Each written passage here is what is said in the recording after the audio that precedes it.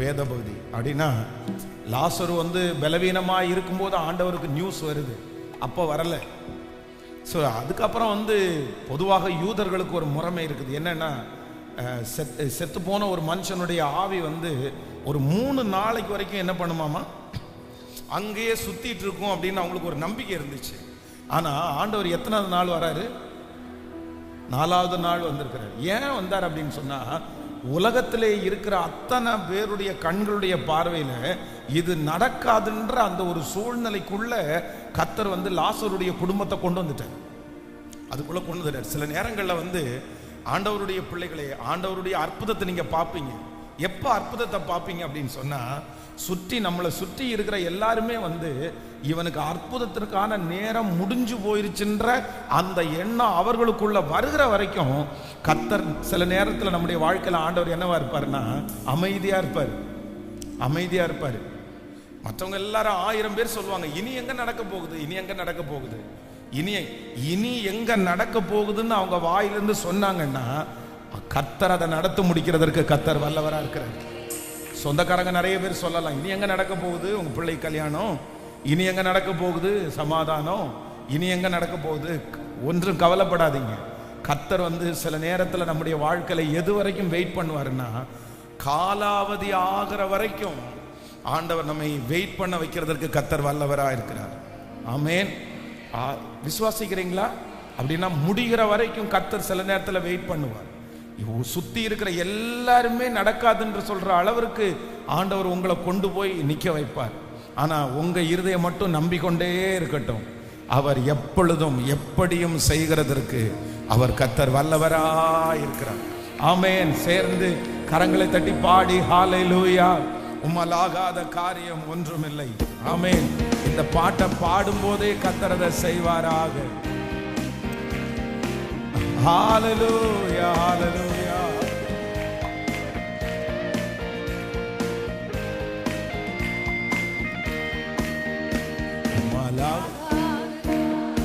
ஒன்றுமில்லை, உம்மாலாகாத காரியம் ஒன்றும், உம்மாலாகாத காரியம் ஒன்றுமில்லை, எல்லாம் உம்மாலாகும்.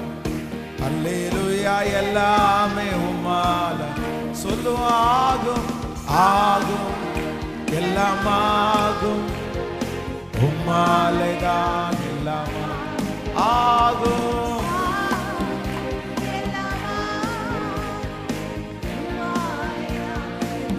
ஹல்லேலூயா. ஆமென். வறண்ட நிலங்களை நீரூற்றாய் மாற்றுகிற உங்களால சகலத்தையும் செய்ய முடியும்.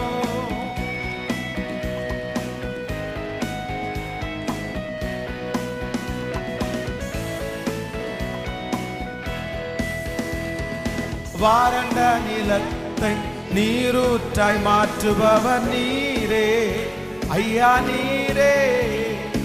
அவாந்திர வெளியை தண்ணீராய் மாற்றுபவர் நீரே ஐயா, நீரே. வறண்ட நிலத்தை நீரூற்றாய் மாற்றுபவர் நீரே ஐயா, நீரே. அவாந்திர வெளியை தண்ணீராய் மாற்றுபவர் நீரே ஐயா, நீரே. அப்பா உமக்கு ஸ்தோத்திரம் பாடும் அன்பே. அப்பா உமக்கு ஸ்தோத்திரம் அன்பே, உமக்கு ஸ்தோத்திரம்.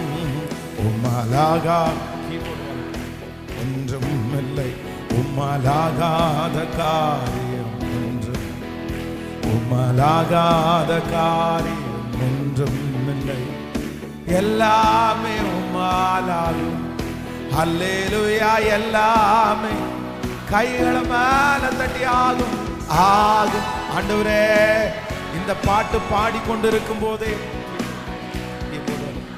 ஆமென், ஆகும், ஆகும், எல்லாம் ஆகும்.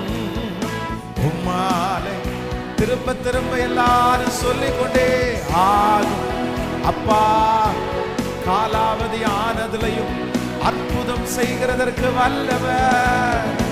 ஆகும், எல்லாமாகும், உம்மாலேதான் எல்லாமாகும்.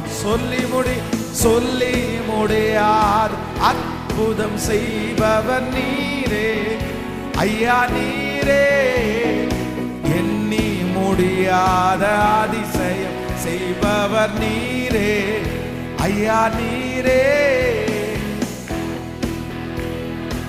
அற்புதம் செய்பவர் நீரே ஐயா, நீரே எண்ணி முடியாத அதிசயம் செய்பவர் நீரே ஐயா, நீரே. அப்பா உமக்கு ஸ்தோத்திரம், அன்பே உமக்கு ஸ்தோத்திரம், அப்பா உமக்கு ஸ்தோத்திரம், அன்பே உமக்கு. உம்மாலாகாத காரியம் ஒன்றும் இல்லை, உம்மாலாகாத காரியம் ஒன்றும், உம்மாலாகாத காரியம் ஒன்றும் இல்லை, எல்லாமே உம்மாலாகும். அல்லேலூயா, எல்லாமே கைகளை மேல தட்டி ஆகும், எல்லாமாகும், உம்மாலேதான் எல்லாம் சொல்லுவோமாகும், அப்பாகும். எஸ், கரங்களை தட்டி கொண்டே ஆகும், அப்பா. நன்றி ஆண்டவரே, நன்றி ஆண்டவரே. ஆகும்,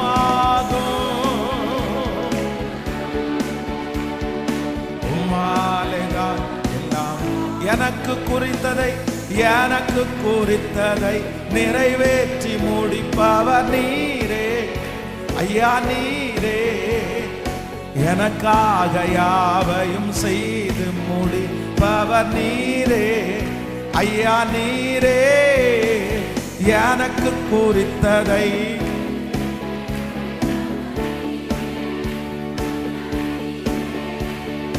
எனக்காக யாவையும் செய்து முடிப்பவர் நீரே ஐயா, நீரே. அப்பா உமக்கு ஸ்தோத்திரம் பாடுவோம். ஹல்லேலூயா. அன்பே உமக்கு உம்மாலாகாத காரியம் ஒன்றும் இல்லை, உம்மாலாகாத காரியம் ஒன்றும் இல்லை, உம்மாலாகாத காரியம் ஒன்றும் இல்லை, எல்லாமே உம்மாலாகும். அல்லேலூயா. எல்லாம் கைகளை மேல தட்டி சொல்லுவோம். ஆண்டவரே, இந்த பாட்டை பாடிட்டு இருக்கும் போதே அது நடக்கட்டும் அப்பா, நடக்கட்டும் அப்பா, நடக்கட்டும் அப்பா. உம்மாலே திரும்ப சொல்லுங்க, ஆகும் இயேசுப்பா. இந்த உபவாச ஜபத்துல அந்த காலாவதி ஆனது இனி நடக்காது என்று ஓரம் கட்டப்பட்டது ஆண்டவரே, இனி முடியாது என்று ஓரம் கட்டப்பட்டிருக்கிறது. இப்போ இப்போ இப்போ இப்போ ஸ்தோத்திரம் ஆகும். ஹல்லேலூயா. உம்மாலேதான் எல்லாமாகும். ஹல்லேலூயா, ஹல்லேலூயா. அவரால் ஆகாத காரியம் ஒன்றுமில்லை. ஆமென். ஸோ அப்போ ஒன்று, ஆண்டவருடைய பிள்ளைகள், நீங்க உங்களுடைய விசுவாசத்தினுடைய அளவு எப்படி பெருகணும் அப்படின்னு சொன்னா, காலாவதி ஆனாலும் என்னுடைய ஆண்டவரால் என்ன பண்ண முடியும்னா, அவர் செய்கிறதற்கு அவர் வல்லவராய் இருக்கிறார். ஹல்லேலூயா. அந்த மனிதர்கள் குறிக்கப்பட்டிருக்கிற அந்த நாட்கள் முடிந்து போனாலும் ஆண்டவர் செய்கிறதற்கு கர்த்தர் வல்லவராய் இருக்கிறார். ஆண்டவர் எப்படியும் செய்வார்.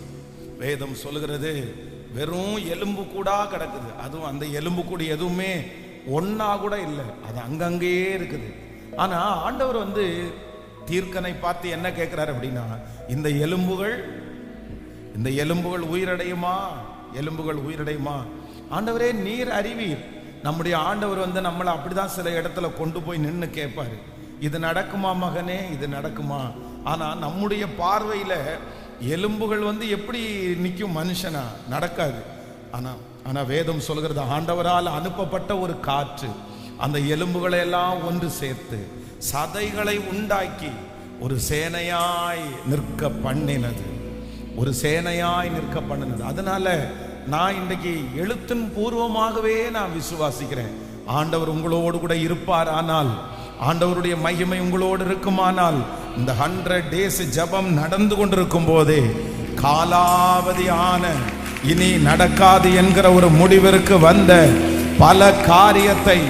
பல காரியத்தை ஆண்டவர் வந்து நமக்காக செய்கிறதற்கு கர்த்தர் வல்லவர்.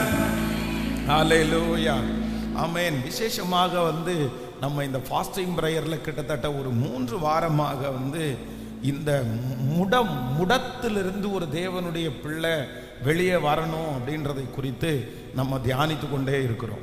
அப்படின்னா வெளிப்பிரகாரமான முடம் அல்ல, உள்ளான வாழ்க்கையில இருக்கிற சில முடத்தன்மையிலிருந்து ஒரு ஆண்டவருடைய பிள்ளைகள் கண்டிப்பா வெளியே வரணும். 2 விதமான முடம் இருக்கிறது. ஒன்று சரீர பிரகாரமாக ஒரு முடம் இருக்கிறது. அப்படின்னா கைகால் வராம, எழும்ப முடியாம, நடக்க முடியாம முடமாய் படுத்து கிடக்கிற ஒரு சூழ்நிலை இருக்குது. ஆனா நம்ம நிறைய பேர் அப்படி அல்ல. பிசிக்கலா நம்ம எல்லாருமே ரொம்ப பேர் நல்லா இருக்கிறோம். நம்மளால நடக்க முடியும், நம்மளால சாப்பிட முடியும், நம்மளால வேலை செய்ய முடியும், நம்முடைய கைகால்கள் நல்லா இருக்கிறது. ஆனா என்ன அப்படின்னு சொன்னா, உள்ளான வாழ்க்கையிலே நிறைய பேர் எப்படி இருக்காங்க? முடமா கிடக்குறாங்க. அவர்களுக்கான காரியத்தை செய்ய முடியாம, அவர்களுக்கான லட்சியத்தை அடைய முடியாம, கர்த்தர் அவர்களை எதற்காக அழைத்தார் என்று கூட தெரியாம ஒரு சோர்வு, ஒரு பலவீனம், ஒரு முடத்தன்மை, அப்படியே எழும்பாம அப்படி படுத்து கிடக்கிற நிறைய பேரை கர்த்தர் விடுதலை ஆக்குவேன் என்று கர்த்தர் வாக்கு கொடுத்தார். இன்றையோட இந்த செய்தியை வந்து நான் முடிச்சு உங்க எல்லாருக்காகவும் நான் ஜெபிக்க போறேன். ஸோ ஆண்டவருடைய பிள்ளைகள் எதிலிருந்து நீங்க வெளியே வரணும் அப்படின்னு சொன்னா, அந்த முடத்தன்மையிலிருந்து வெளியே வரணும். பிசாசுனுடைய ஒரு மிகப்பெரிய ஒரு தந்திரம் என்ன அப்படின்னு சொன்னா, நம்மளை முடமாக்குறது தான் பிசாசுனுடைய தந்திரம். இயேசபேலுடைய ஆவி என்ன அப்படின்னா, இயேசபேலுடைய நோக்கம் வந்து கொல்றது கிடையாது. என்ன அப்படின்னு சொன்னா, சித்திரவதப்படுத்துறது தான் இயேசபேலினுடைய ஸ்பிரிட். தெளிலாளுடைய ஸ்பிரிட் என்ன அப்படின்னு சொன்னா, கொல்றது வந்து தெளிலாளுடைய ஸ்பிரிட் கிடையாது. கொல்லணும்னு தெளிலால் முடிவெடுத்தாங்கன்னா, தன்னுடைய மடியில அயர்ந்து தூங்கும் போது ஒருத்தனை வர சொல்லி எல்லா முடிகளையும் ஷேவ் பண்ணி கட் பண்ணி எடுக்கிற அளவிற்கு அவன் நித்திரையா இருந்தான்.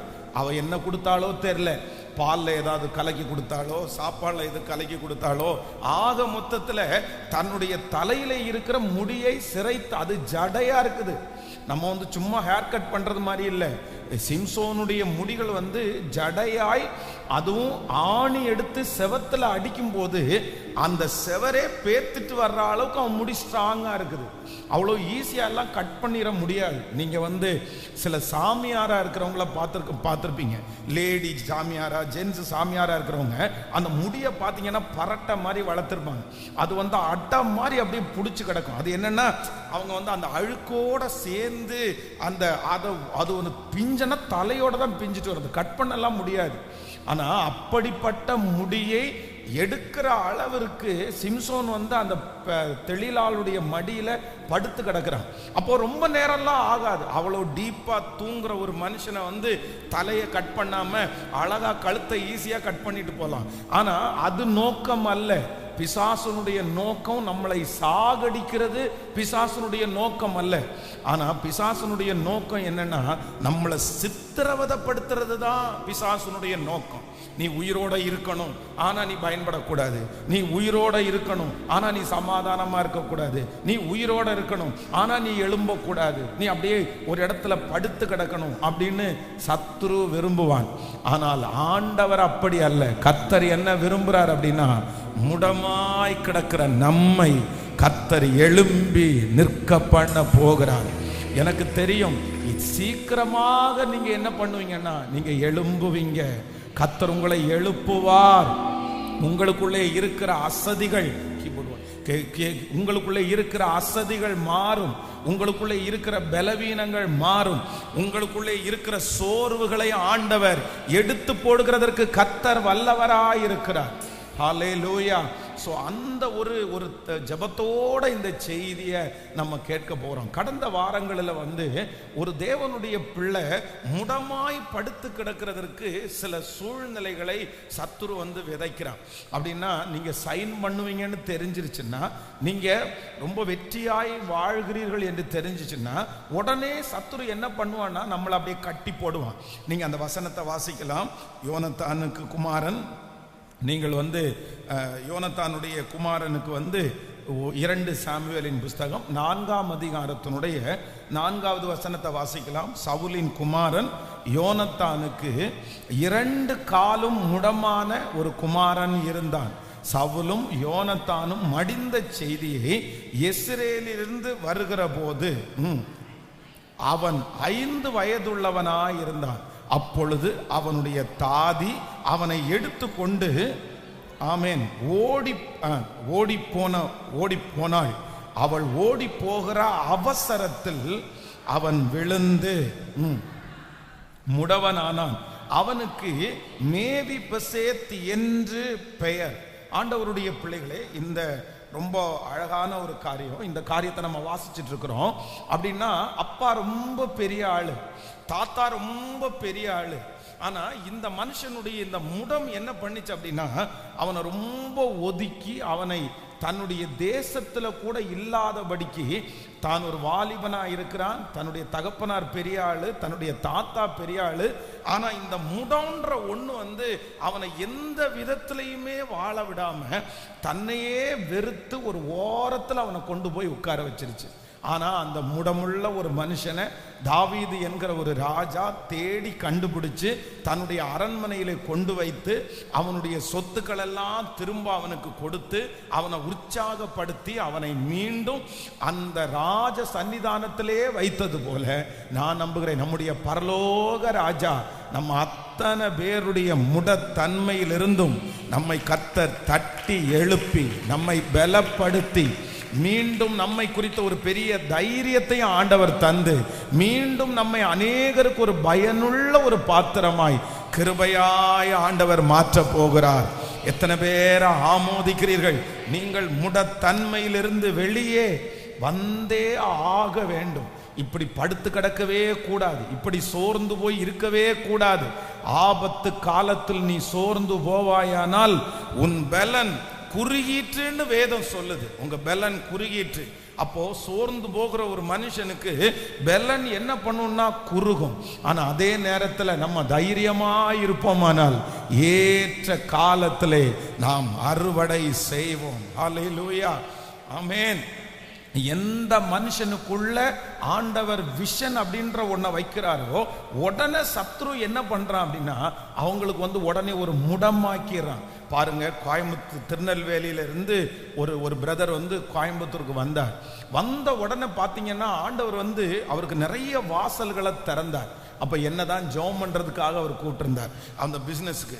அவருடைய பிசினஸ் நடந்துட்டு இருக்கிறத பார்த்து நானே ரொம்ப ஆச்சரியப்பட்டேன். பிரதர், ஆண்டவர் உங்க கூட இருக்கிறார் பிரதர், ஆண்டவர் உங்களை ரொம்ப பெருசா நம்புறாரு பாருங்க.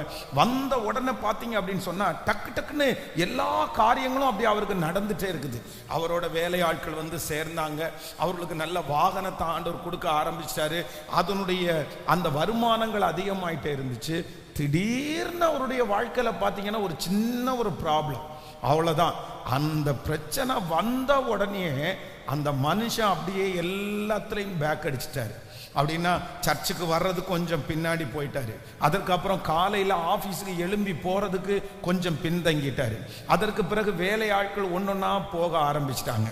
இப்போ சமீபத்தில் அவர் ஒரு 4 வண்டி வச்சுருந்தார், அதில் ஒரு 2 வண்டியை அவர் அதையும் வித்துட்டார். இப்படியே அந்த மனுஷன் பார்த்தீங்க அப்படின்னா அப்படியே ரொம்ப பின்னாடி போய் இன்னைக்கு ரொம்ப சோர்ந்து போய் அவர் உடஞ்சு போய் திரும்பி அவரை எழும்பி வரவே முடியாத அளவுக்கு சூழ்நிலைக்கு அவர் தள்ளப்பட்டார்.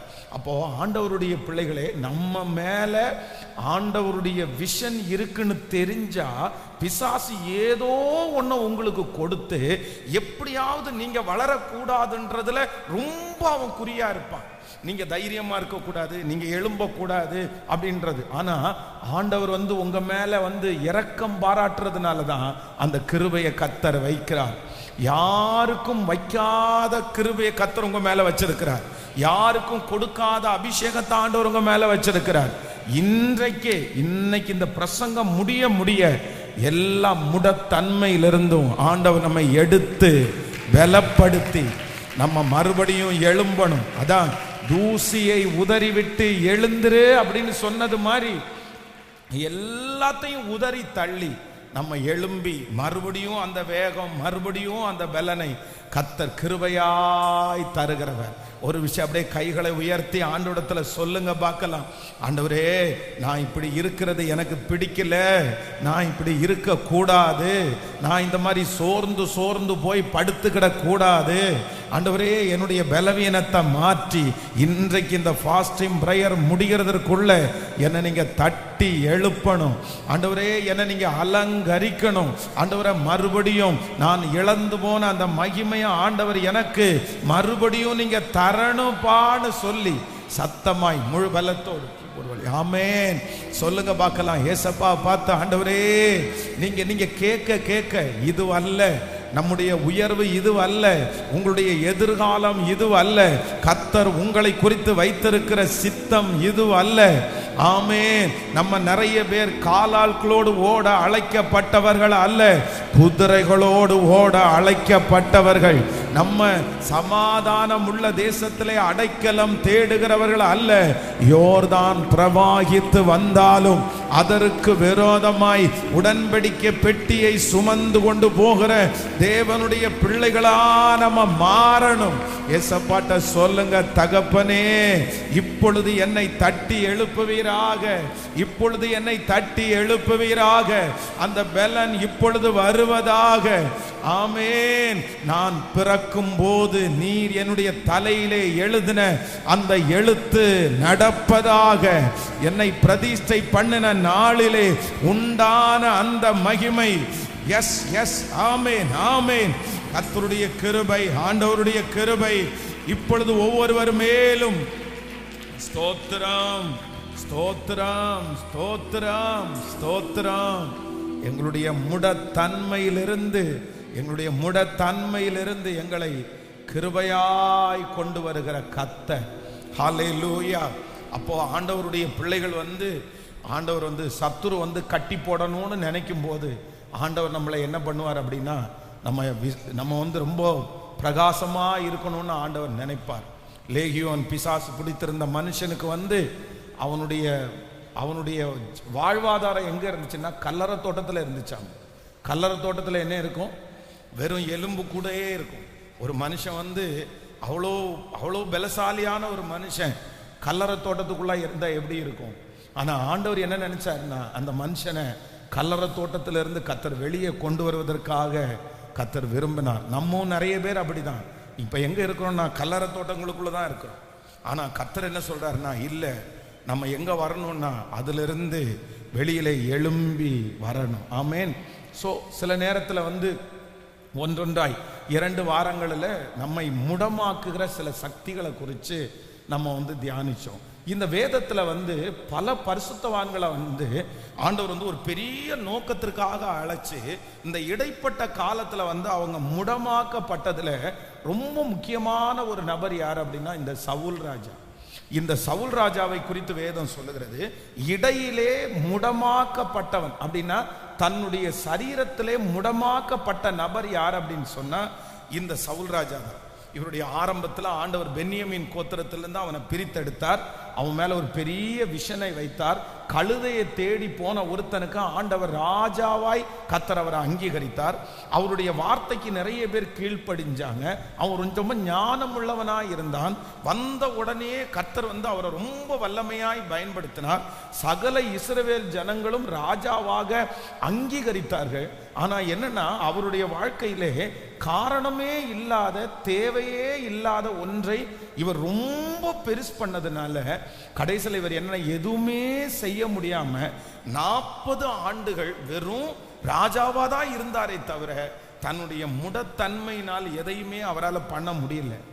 சுத்தி இருக்கிற நிறைய ராஜ்யங்களை உள்ளுக்குள்ள கொண்டு வர முடியல. அதுக்கு முதலாவதாக ஒன்றை நம்ம தியானிச்சோம். இந்த சவுலிடத்துல இருந்த இவனை முடமாக்குன ஒன்று என்னன்னா, ஃபர்ஸ்ட் என்னன்னா, வேதம் சொல்லுது ஒரு வார்த்தை, ஒரே ஒரு வார்த்தை. சவுல் கொன்றது 1000, தாவீது கொன்றது 10,000 அப்படின்ற இந்த ஒரு வார்த்தை அவனை அப்படியே முடமாக்கிருச்சு. அதான் நிறைய அதை குறித்து நான் விளக்கமாக உங்களுக்கு சொல்லியிருக்கிறேன். சில சகோதரிகள் அவ்வளோ ஆக்டிவாக அவ்வளோ நல்லா இருப்பாங்க. ஆனால் யாராவது ஒரு வார்த்தை சொன்னது பாருங்களேன், கணவனார் சொன்னது, மனைவி சொன்னது, அப்பா அம்மா சொன்னது, யாராவது ஒரு வார்த்தை சொன்னது மறுபடியும் மறுபடியும் தன்னுடைய இருதயத்துக்குள்ள நான் ஏன் வாழணும், நான் எதுக்கு சாதிக்கணும், நான் எதுக்கு இவங்களுக்கு சமைச்சு போடணும், நான் எதுக்கு ஜெபம் பண்ணணும் அப்படின்ற ஒரு நிலைமைக்கு அந்த வார்த்தைக்கு உயிர் கொடுக்கிற நிறைய பேர் முடமாக்கப்பட்டு கிடக்கிறார்கள். அதனால ஃபர்ஸ்ட் வாரம் ஆண்டவர் சொன்னாரு, நம்ம எந்த முடத்திலிருந்து வெளியே வரணும் அப்படின்னா, யார் என்ன பேசினாலும் அதை வார்த்தையாக மட்டும்தான் எடுக்கணும், அதை ஒரு சொல்லா மட்டும்தான் எடுக்கணும். அதை நம்முடைய வாழ்க்கையா ஒரு நாளும் மாத்திரவே கூடாது. இன்னொன்னு நினைச்சுக்குங்க, உலகத்திலே எந்த வார்த்தைகள் நமக்கு நேராக வந்தாலும் அந்த வார்த்தை நம்முடைய இருதயத்துக்குள்ள போகக்கூடாது. கர்த்தர் பேசின வார்த்தை மட்டும்தான் நம்முடைய இருதயத்துக்குள்ள போகணும். யோசேப்புக்கு விரோதமாக அவனுடைய சகோதரர்கள் வார்த்தையை சொல்லுகிறார்கள், இதோ சொப்பனக்காரன் வருகிறான். அந்த வார்த்தை வேதம் சொல்லுது யோசேப்பினுடைய இருதயத்துக்குள்ள போகவே இல்லை. அதே போல தாவீது கோலியாத்துக்கு முன்னாடி போய் நிற்கும் போது அவங்க சகோதரர்கள் சொல்லுகிறாங்க, உன்னுடைய இருதயத்தின் அகங்காரத்தை நாங்க அறிவோம்ல, அந்த கொஞ்ச ஆடுகளை யார் வசத்தில் விட்டுட்டு வந்தாய். வேதம் சொல்லுது அந்த வார்த்தை தாவீதனுடைய இருதயத்திற்குள்ள போகவே இல்லை. சிமேயி தூசிக்கும் போது அந்த வார்த்தை தாவீதனுடைய இருதயத்துக்குள்ள போகவே இல்லை. அப்போ ஆண்டவருடைய பிள்ளைகளே, நீங்க ரொம்ப கவனமா இருக்கணும். மனுஷர்கள் பேசுகிற எல்லா வார்த்தைகளையும் உங்க இருதயத்துக்குள்ள என்ன பண்ணக்கூடாது சொல்லுங்க, நீங்க கொண்டு போக கூடாது. உங்க பிள்ளைகள் பேசின வார்த்தைகளை எல்லாத்தையும் இருதயத்துக்குள்ள கொண்டு போயிட்டீங்கன்னா நீங்க முடமாயிருவீங்க. கணவனார் பேசின வார்த்தைகளை கொண்டு போயிட்டீங்கன்னா நீங்க முடமாயிருவீங்க. அப்போ ஃபர்ஸ்ட், ஏசப்பா எனக்கு ஒரு பெரிய விடுதலை தரணும். என்ன விடுதலை தரணும் அப்படின்னு சொன்னா, மனுஷனுடைய வார்த்தையினால் நீங்க இன்னைக்கு முடமாக்கப்பட்டு கிடப்பீர்களே. ஆனால் ஒருவேளை ஃபர்ஸ்ட் வாரம் அந்த செய்திக்கு வராம இன்னைக்கு நீங்க வந்திருக்கலாம். ஆண்டவர் நேருக்கு நேர் உங்களோட பேசுகிறார். இல்ல, மனுஷனுடைய வார்த்தையினால நீங்க முடமாகாதீங்க. அவர்கள் சொல்லுகிறது எதுவும் நடக்க போவது இல்லை. அவர்களுடைய வாயினுடைய வார்த்தை நடக்க போகிறது இல்லை. அவர்கள் வெறும் மனிதர்கள் தான். ஆனால் ஆண்டவர் சொன்னதை செய்யும் அளவும் உங்களை கைவிட போவதே இல்லை. ஹல்லேலூயா. யோசேப்பை குறித்து வேதம் சொல்லுது, அவனுடைய சகோதரர்கள் சொல்லுகிறார்கள், உங்களை சொப்பனம் எப்படி நிறைவேறும் பார்க்கலாம் அப்படின்னு சொன்னாங்க. அவங்க சொன்ன வார்த்தை ஏதாவது நடந்துச்சா? எதுவும் நடக்கல. உங்களுக்கு விரோதமாய் சபித்த வார்த்தை நடக்காது. உங்களுக்கு விரோதமாய் பேசின வார்த்தை நடக்காது. உங்களை பற்றி என்னென்ன பேசினாங்களோ நான் நம்புறேன் அது நடக்க போகிறது இல்லை. ஆனா அதற்கு மாறாக கர்த்தர் இந்த 100 நாட்களிலே உங்களுக்கு கொடுத்த அத்தனை வாக்கு தத்தங்களும் ஆம் என்றும் ஆமேன் என்றும் அப்படியே நடக்க போகிறது. அந்த சாபமான வார்த்தை நடக்க போறது இல்லை. அவங்க சொன்ன நெகட்டிவ் நடக்க போறது இல்லை. ஒருவேளை சூழ்நிலை அந்த மாதிரி உங்களை கொண்டு போகலாம். ஆனா முடிவு எப்படி இருக்கும்னா, அவங்க சொன்ன வார்த்தை நிறைவேறாது, கர்த்தர் சொன்ன வார்த்தை நிறைவேறும். ஹல்லேலூயா. யோசேப்பினுடைய பிரயாணத்துல அப்படிதான் நினைச்சான். இவனும் எல்லாம் சொல்றது மாதிரி நடந்துருமோ, அவனும் அப்படி சொன்னாங்கல்ல, உன் சொப்பனை எப்படி நிறைவேறும்னு கேட்டாங்கல்ல, அது நடந்துருமோன்னு நினைக்கிறாரு. ஆனா முடிவு எப்படி இருந்துச்சுன்னா சம்பூரணமா இருந்துச்சு. ஹல்லேலூயா. சோ நம்பர் 2, இரண்டாவதாக இந்த மனுஷனுடைய வாழ்க்கையில நீங்க ஒரு வசனத்தை கூட வாசிக்கலாமே. நீங்கள் 1 சாமுவேலின் புஸ்தகம் 3ஆம் அதிகாரத்தில் எடுத்துக்கொள்ளுங்கள். ஆமேன். 1 சாமுவேல் 18ஆம் அதிகாரத்தினுடைய 12வது வசனத்திலிருந்து வாசிக்கலாமா? 12வது 13வது வசனத்தை வாசிக்கலாம். 1 சாமுவேல் 18ஆம் அதிகாரத்தினுடைய, கர்த்தர் தாவீதோடே கூட இருக்கிறார் என்றும் தன்னை விட்டு விலகி போனார் என்றும் சவுல் கண்டு தாவீதிற்கு பயந்து அவனை தன்னை விட்டு அப்புறப்படுத்தி அவனை 1000 பேருக்கு அதிபதியாக வைத்தான். அப்படியே அவன் ஜனத்திற்கு முன்பாக போக்கும் வரத்துமாய் இருந்தான். அடுத்த ஒரு சொந்த கூட, தாவீது தன் செய்கைகளில் எல்லாம் புத்திமானாய் நடந்தான், கர்த்தர் அவனோடே கூட இருந்தார். ஹல்லேலூயா. கர்த்தருடைய பிள்ளைகளே, ஒன்று நீங்கள் நினைத்துக் கொள்ளுங்கள். நம்பர் 2, இரண்டாவதாக ஒரு தேவனுடைய பிள்ளைய இந்த சவுல முடமாக்குனது என்ன அப்படின்னு சொன்னா, எதிர்புறமாய் இருந்த ஒரு மனுஷனுடைய வளர்ச்சி இந்த மனுஷனை என்ன ஆக்கிருச்சுன்னா முடமா மாத்திருச்சு. கவனிங்க, இதுல நம்ம ரொம்ப ஜாக்கிரதையா இருக்கணும். நீங்க ரொம்ப கவனமா கவனிக்கணும். சில நேரங்களில் நம்ம எதுல ரொம்ப டல்லாயிடுறோம், நம்ம நிறைய பேர் ஏன் நம்ம ரொம்ப முடமா இருக்கிறோம் அப்படின்னு சொன்னா, இன்னொருத்தருடைய வளர்ச்சி நம்மை நிறைய நேரத்துல முடமாய் மாற்றுகிறது. அப்படின்னா 2 பேர் சேர்ந்து ஒன்ன ஆரம்பிச்சாங்கன்னு வச்சுக்கோங்களேன். ஒன்ன ஆரம்பிச்சு ஒருத்தருக்கு ரொம்ப நல்லா வருது, மட மட மட மடன்னு முன்னேறாரு, அவருக்கு எல்லாம் வாய்க்க பண்ணுது, அவருக்கு எல்லாம் கிடைக்குது. ஆனா இன்னொருத்தருக்கு என்ன பண்ணலைன்னா ரொம்ப ஸ்லோவா இருக்குது. அவருக்கு 100 அப்படின்னு சொன்னா இவருக்கு 10 தான் வருது. இப்போ என்ன நிறைய பேர் நினைக்கிறாங்கன்னா, அந்த வளர்ச்சியை பார்த்த உடனே நிறைய பேருக்கு நம்ம அந்த மாதிரி ஆள் கிடையாது போல, நமக்கு எதுவும் வாய்க்காது போல தெரியுது. இப்படியே இன்னொருவர் வளருகிறத பார்த்து, தன்னுடைய வளர்ச்சியினுடைய குறைவை பார்த்து நிறைய பேர் முடமாய் படுத்து கிடக்கிறார்கள். வேதம் சொல்லுகிறது, ஆதாமுக்கு இப்போ காயின் ஆபேல் அப்படின்ற 2 பேர் பிறக்கிறாங்க. அப்போ ஆபேலை குறித்து வேதம் சொல்லுது, அவன் தன்னுடைய ஆடு மாடுகளுடைய தலையீற்றை கொண்டு போய் என்ன பண்றான் அப்படின்னு சொன்னா பலி செலுத்துகிறார். காயின் என்ன பண்றார் அப்படின்னா தன்னுடைய விவசாயத்துல இருக்கிறதுல கொண்டு பலி செலுத்துகிறார். ஆனா வேதம் சொல்லுது, கர்த்தர் ஆபேலையும் அவனுடைய காணிக்கையும் அங்கீகரித்தார். காயினையும் அவனுடைய காணிக்கையும் ஆண்டவர் என்ன பண்ணல, அங்கீகரிக்கல. இப்போ உடனே அவனுக்கு என்ன வருது அப்படின்னா ரொம்ப கோபம் வருது. ஐயோ, நம்முடையது அங்கீகரிக்கப்படல, நம்முடையது வளரல, அப்படி இல்லை, அப்ப நம்ம என்னமோ மோசமா இருக்கோமான்னு சொல்லி காயினே அவன் கொல்றான், ஆபேல் அவன் கொல்றான். கொல்லும் போது ஆண்டவர் என்ன சொல்றாரு அப்படின்னு சொன்னா, நீ நன்மை செய்தால் உனக்கு மேன்மை இல்லையோ அப்படின்னா கர்த்தர் என்ன சொல்றாரு அப்படின்னு சொன்னா, எப்பா இன்னைக்கு அவன் வின் பண்ணி இருக்கிறான், இன்னைக்கு அவன் ஜெயிச்சிருக்கிறான். ஆனா ஒண்ணு நீ மறந்துடாத, நீயும் உழைச்சிரு, நீயும் பாடுபடு, கண்டிப்பாக அவனை ஆசீர்வதித்தது உண்மையானால் உன்னையும் ஆசீர்வதிக்கிறதுக்கு கர்த்தர் வல்லவர் என்கிறதா அந்த இடத்துல கர்த்தர் நிரூபிக்கிறார். அப்போ இன்றைக்கு இந்த சத்தத்தை கேட்கிற யாராவது ஒருத்தர் பாஸ்டர், இவங்களுக்கெல்லாம் அற்புதம் நடக்குது, இவங்களுக்கெல்லாம் ஜெபம் கேட்கப்படுது, இவங்கெல்லாம் வந்த உடனே நல்லா வந்துட்டாங்க, நான் செஞ்சா எதுவுமே வாய்க்க மாட்டேங்குது, எனக்கு எதுவுமே அற்புதம் நடக்க மாட்டேங்குது, அதனாலேயே நான் ஜெபம் பண்ணல, அதனாலேயே நான் ஆண்டவரோட வாழ முடியல, எனக்கு என்ன நடந்திருக்குது, எனக்கு ஏன் நடக்கல அப்படின்ற அந்த ஒரு அவிசுவாசம் உங்களுக்குள்ளே ஒரு முடத்தன்மையை கொண்டு வருமானால் கர்த்தர் வாக்கு கொடுக்கிறார், இன்றைக்கு ஆண்டவருடைய பிள்ளைகள் அதிலிருந்து நீங்க என்ன பண்ணணும் அப்படின்னு சொன்னா, கண்டிப்பா நீங்க வெளியே வரணும், கண்டிப்பா வெளியே வரணும். ஆமேன். உன் ஆகாரத்தை தண்ணீர்கள் மேல் போடு, அநேக நாட்களுக்கு பின்பு அதனுடைய பலனை காண்பாய், பலனை காண்பாய். உங்களுக்குரியதை கண்டிப்பாக ஆண்டவர் உங்களுக்கு தருவார். உங்களை அவர்கள் கண்களுக்கு முன்பாக ஆண்டவர் மேன்மைப்படுத்துகிறதற்கு கர்த்தர் வல்லவரா இருக்கிறார்.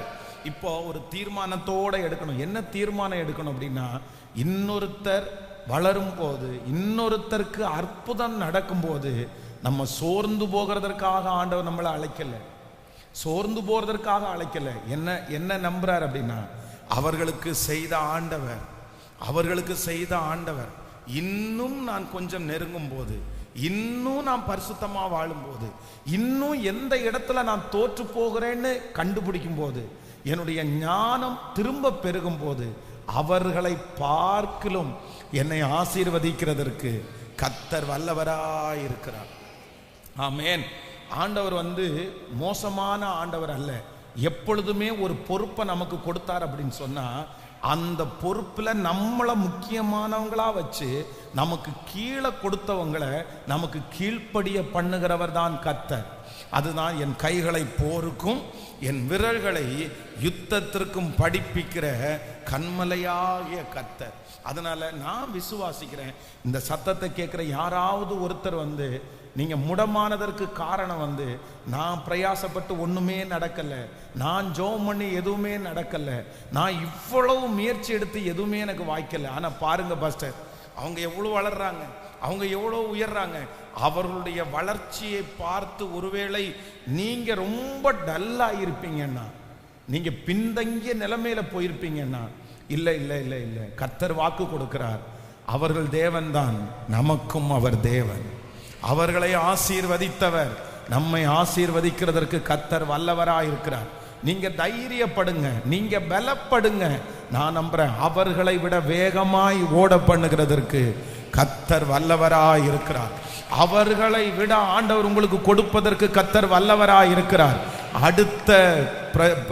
அடுத்த ஒரு தேர்வில் கர்த்தர் உங்களுக்கு பெரிய வெற்றியை கொடுத்து, உன்னதமான வெற்றியை கொடுத்து, அவர்கள் கண்களுக்கு முன்பாக உங்களை மேன்மைப்படுத்துவதற்கு ஆண்டவர் நல்லவராயிருக்கிறார்.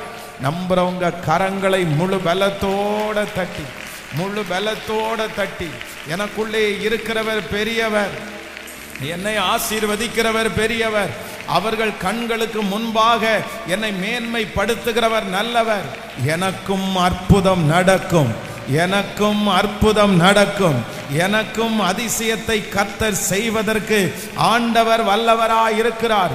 அவர்களுக்கு மட்டுமல்ல, அவர்களோடு இருக்கிறவர்களை பார்க்கிலும் என்னோடு கூட இருக்கிற தேவன் அவர் பெரியவர்.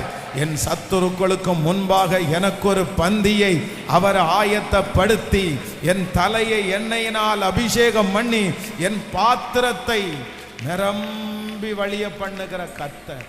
ஹல்லேலூயா. நாம் விசுவாசிக்கிறேன், அவர்களிடத்திலே இல்லாத ஒரு ஸ்பெஷலை கர்த்தர் யாருக்கு தந்திருப்பார் அப்படின்னு சொன்னா, நமக்கு ஆண்டவர் தந்திருக்கிறார். ஹல்லேலூயா. அவங்கள நீங்க உங்களோட ஒப்பிட்டு பார்த்து ரொம்ப கம்பேர் பண்ணி, அவங்களுக்கு எல்லாமே நடக்குது நமக்கு நடக்கலன்னு மட்டும் நினைக்காதீங்க. நான் நம்புறேன் ஒரு விதத்துல அவங்க வசதியா இருக்கலாம், ஆனா இன்னொரு விதத்துல கர்த்தர் யாரை தான் மேன்மையா வச்சிருக்கிறாருன்னா உங்களை தான் மேன்மையா வச்சிருக்கிறாரு. விசுவாசிக்கிறீங்களா? இப்போ உதாரணத்திற்கு ஒன்று சொல்லுகிறேன். நீங்க காருக்காக ஜெபம் பண்றீங்க, ஆனா உங்களுக்கு கார் கிடைக்காம இன்னொருத்தருக்கு கார் கிடைக்குதுன்னு வச்சுக்கோங்களேன். உங்களுக்கு கிடைக்கவே இல்லை, நீங்க ஜெபம் பண்ணீங்க, கிடைக்கவே இல்லை. இப்போ உங்களுக்கு என்ன தோணும் அப்படின்னு சொன்னா, நான் ஜெபம் பண்ணி எனக்கு கிடைக்கல அப்படின்னு.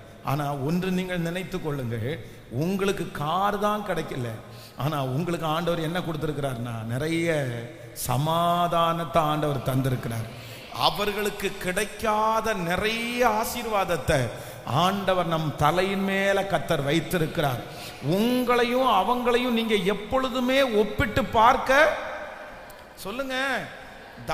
சவுல் மேல இருந்த அபிஷேகமே வேற, தாவீதின் மேல இருந்த அபிஷேகமே சொல்லுங்க, அபிஷேகம் வேற, அபிஷேகம் வேற.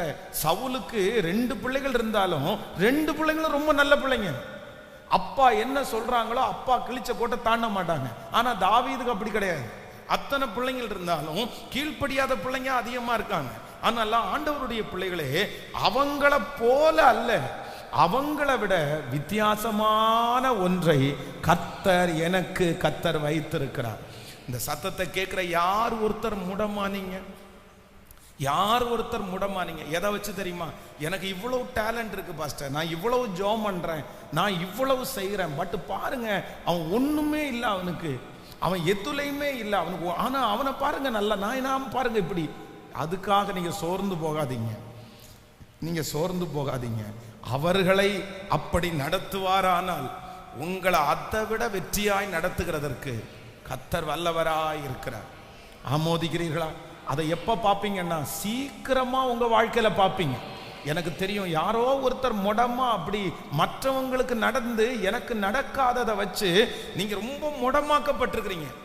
ஆண்டவர் உங்க கூட பேசுறாரு, ஏன் கூட பேச மாட்டாரா? ஏன் பேச மாட்டாரு? சவுல் என்ன நினைக்கணும் அப்படின்னு சொன்னா, அவன் கூட பேசுற ஆண்டவர் என் கூட பேசுங்கப்பா அப்படின்னு தான் ஜெபம் பண்ணணுமே தவிர, அந்த இடத்துல பொறாமைன்ற ஒண்ணு வந்து நினைக்க கூடாது. அந்த இடத்துல தன்னை தானே ரிஜெக்ட் பண்ற அப்படின்ற ஒண்ணு நந்து விடக்கூடாது. அதற்காக ஆசைப்பட்டு நான் நம்புறேன், தேவன் வந்து ஒருவருக்கு மட்டும் தேவன் அல்ல, அவர் ஆபிரகாமுக்கு மட்டும் தேவன் அல்ல, அவர் ஆபிரகாமுக்கும் தேவன், அவர் ஈசாக்குக்கும் தேவன், அவர் யாக்கோபுக்கும் தேவன், அவர் நமக்கும் தேவனாயிருக்கிறார். அவர் தாவீதிற்கு தேவனாய் இருப்பார், ஆனால் அவர் சவுலுக்கும் தேவனாய் இருக்கிறதற்கு கர்த்தர் வல்லவராய் இருக்கிறார். அவர்களை நடத்துவது உண்மையானால் என்னையும் நடத்துகிறதற்கு கர்த்தர் வல்லவராய் இருக்கிறார். நான் நம்புகிறேன் கர்த்தர் உங்களை நடத்துவார். கர்த்தர் உங்களை சத்துருக்களை பார்க்கலும் பெரியவர்கள் ஆக்குவார். நீங்கள் அதை விட வளருவீர்கள். ஆமென்.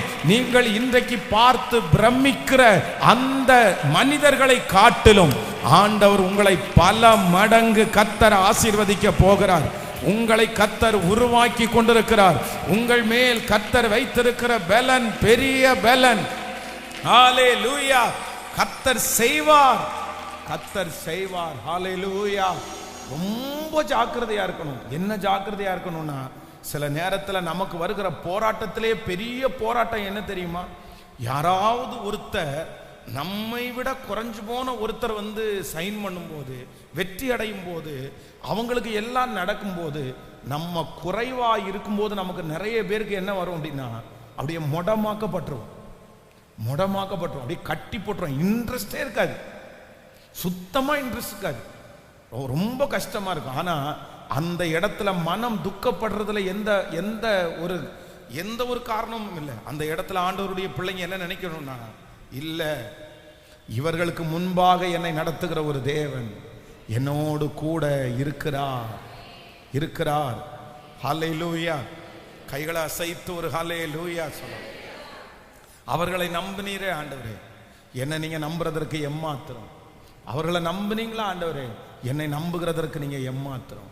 நான் உண்மையிலே ஆண்டவருடைய பிள்ளைகளே, எந்த ஊழியத்தினுடைய வளர்ச்சியை பார்த்தோம் இன்றைக்கு வரைக்கும் இந்த பலிபீடத்தில் நின்று சொல்றேன், நான் ஒரு நாள் கூட பொறாமையோ வருத்தமோ பட்டதே இல்லை.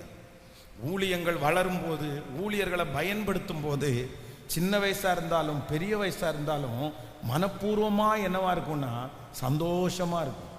ஆனா என் மனசுல என்ன நினைப்பேன் அப்படின்னு சொன்னா, ஆண்டவரே, இந்த மனுஷனை இவ்வளவு பயன்படுத்துறீங்கல்ல, இந்த மனுஷன் மூலமா இந்த காரியத்தை செய்றீங்கல்ல, என்னை கொண்டு நீங்க செய்ய முடியாதா? என்னை கொண்டு இன்றைக்கு வரைக்கும் நான் சந்தித்த அநேக பெரிய பெரிய ஊழியங்கள், அவங்க முன்னாடி போய் நின்றுட்டு, ஐயோ இவங்களுக்கு ஆண்டவர் இவ்வளவு நம்பி இருக்காரு, என்ன ஆண்டவர் இப்படி நம்பலையே அப்படின்னு ஒரு நாள் கூட என் மனசு அளவில் நான் சோர்ந்து போனதில்லை. ஆனா நான் என்ன ஜெபம் பண்ணி இருக்கிறேன் அப்படின்னு சொன்னா, எனக்கு ஒண்ணு தெரியும் ஆண்டவரே, அவர்கள் ஆராதிக்கிற தேவன் தான் நானும் ஆராதிக்கிற தேவன். அவர்களை பயன்படுத்துகிற தேவன் தான் என்னையும் பயன்படுத்த போகிறார்.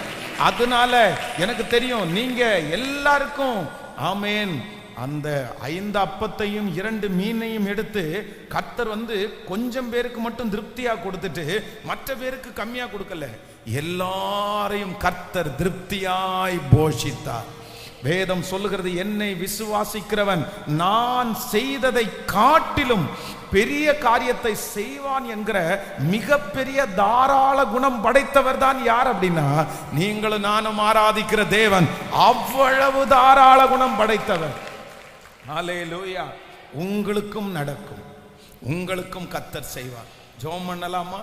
அந்த மாதிரி முடத்தன்மையில இருக்கிறவங்க அப்படின்னா, மற்றவர்களுடைய உயர்வையும் வளர்ச்சியையும் அற்புதத்தையும் பார்த்து சோர்ந்து போய், எனக்கு ஒண்ணுமே நடக்கலையே, என் பிள்ளைக்கு ஒண்ணுமே நடக்கலையே, என் குடும்பத்திற்கு ஒண்ணுமே நடக்கலையே, நான் ஏன் இப்படி ஆயிட்டேன், என் குடும்பம் எதுக்கு இப்படி ஆயிடுச்சு அப்படின்னு சொல்லி டல்லான யாராவது ஒருத்தர்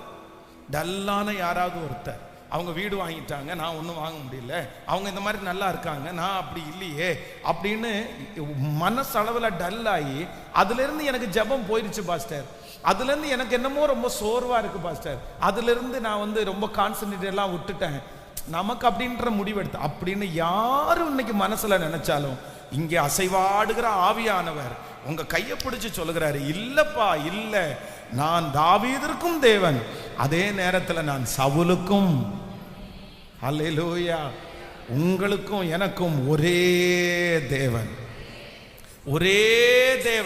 என்னை ஆசீர்வதிக்கிற தேவன் ஒரே தேவன். நீங்க அந்த முடத்தன்மையிலிருந்து எழும்பி வாங்க. அவங்களுக்கு ஒருவேளை அது ஈஸியா இருக்கலாம், உங்களுக்கு கடினமா கிடைச்சுக்கலாம். ஆனா நான் நம்புறேன் அது நன்மைக்கே. சுலபமாய் கிடைக்கிறவர்களுக்கும் அவர்தான் பலன் தருகிறார். கடினமாய் உழைக்கக்கூடிய பலத்தையும் அவர் ஒருவரே நமக்கு தருகிறார். கர்த்தர் ஒருவரே நமக்கு தருகிறார். அதனால எல்லாரும் கைகளை மேல உயர்த்தி முழு பலத்தோடு கூட தேங்க்யூ ஜீசஸ், தேங்க்யூ ஜீசஸ். ஒரு நாளும் நான் அதை குறித்து பொறாமை படப்போவது இல்லை, நான் பொறாமை படப்போவது இல்லை. அதற்கு மாறாக ஆண்டவரே நான் சோர்ந்து போய் உட்கார போவது இல்லை. நீர் எங்களுக்கும் செய்ய வல்லவர், நீர் எங்களையும் நிறுத்த கர்த்தர் வல்லவர். ஆமென். கர்த்தர் நிறைய பேரை கர்த்தர் தட்டி எழுப்புகிறார், தட்டி எழுப்புகிறார். இல்ல நான் செய்வேன், நான் செய்வேன், உனக்கும் நான் செய்வேன், உங்களுக்கும் ஆண்டவர் செய்ய வல்லவராய் இருக்கிறார். ஆமென், ஹல்லேலூயா. தகப்பன் சொல்லுகிறார், என்னுடையது எல்லாம் உன்னுடையதாய் இருக்கிறது, என்னுடையது எல்லாம் உன்னுடையதாய் இருக்கிறது. ஆமென். அவர்களுக்கும் அவர்தான் தகப்பன், நமக்கும் அவர்தான் தகப்பன். ஆமென். எனக்குள்ளதை எனக்கு நிறைவேற்றுகிறவர், என் சகோதரனுக்குள்ளதை சகோதரனுக்கு நிறைவேற்றுகிறவர். இயேசுவின் நாமத்தினால அப்பா இந்த காரியத்தை விட்டு அந்த முடத்தன்மையிலிருந்து இப்பொழுது பாதிக்கப்பட்டிருக்கிற பிள்ளைகளை கர்த்தர் வெளியே கொண்டு வருகிறதற்காக ஸ்தோத்திரம், எடுத்து கொண்டு வருகிறதற்காய் ஸ்தோத்திரம், ஸ்தோத்திரம், ஸ்தோத்திரம். எனக்காக யாவையும் செய்து முடிக்கிற கர்த்தர், எனக்காக யாவையும் செய்து முடிக்கிற கர்த்தர். ஹல்லேலூயா. என் தேவனால் நான் உயருவேன், என் தேவனால் நான் வளருவேன், என் தேவனால் நான் உயருவேன், என் தேவனால் நான் வளருவேன். நிச்சயம் நடக்கும், நிச்சயம் நடக்கும், சுற்றியுள்ள கண்கள் அதை பார்க்கும். சொல்லு, நிச்சயம் நடக்கும், நிச்சயம் நடக்கும், சுற்றியுள்ள கண்கள் அதை பார்க்கும். திரும்ப திரும்ப என் தேவனால் நான் உயருவேன், என் தேவனால் நான் வளருவேன், என் தேவனால் நான் உயருவேன், என் தேவனால் நான் வளருவேன். நிச்சயம் நடக்கும், நிச்சயம் நடக்கும், சுற்றியுள்ள கண்கள் அதை பார்க்கும். சொல்லு, நிச்சயம் நடக்கும், நிச்சயம் நடக்கும், சுற்றியுள்ள கண்கள் அதை பார்க்கும். முடியாதென்ற போது, முடியாதென்ற போது முடியும் என்றாரே, நான் மனம் தளர்ந்த போது இடன் கொள் என்றாரே. முடியாதென்ற போது முடியும் என்றாரே, நான் மனம் தளர்ந்த போது இடன் கொள் என்றாரே.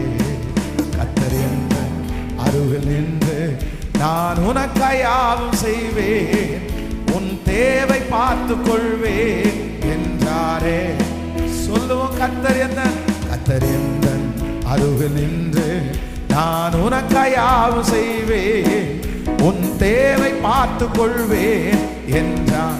கைகளை மேல தட்டி, என் தேவனால் நான் உயருவேன், என் தேவனால் நான் வளருவேன், என் தேவனால் நான் உயருவேன், என் தேவனால் நான் வளருவேன். நிச்சயம் நடக்கும், நிச்சயம் நடக்கும், சுற்றியுள்ள கண்கள் ஏசப்பா. நிச்சயம் நடக்கும், நிச்சயம் நடக்கும், சுற்றியுள்ள கண்கள் அதை பார்க்கும். ஹல்லேலூயா, ஹல்லேலூயா. 38 வருடமாய் வியாதியா இருந்தாலும் அவனுடைய கண்ணுக்கு முன்னாடி நிறைய பேருக்கு அற்புதம் நடந்துட்டே இருக்குது, நிறைய பேருக்கு அற்புதம் நடந்துட்டே இருக்குது. ஆனா எல்லாரை விட சீனியாரிட்டி யாரு? சீனியாரிட்டி யாரு? ரொம்ப இதை ரொம்ப நாளா வியாதியா கிடக்கிறதுக்கு யாரு சொல்லுங்களேன். நம்மளா இருந்தா என்ன பண்ணுவோம் தெரியுமா? குளத்துல வந்து கலக்க போகும்போது யாருப்பா ரொம்ப வருஷமா வியாதியா இருக்கிறா? ஃபர்ஸ்ட் யாருப்பா வந்தா? நம்ம ஒரு ஹாஸ்பிட்டலுக்கு போனா கூட டோக்கனை வச்சுதான் என்ன பண்ணுவாங்க, 1 2 3 தான் வரும்.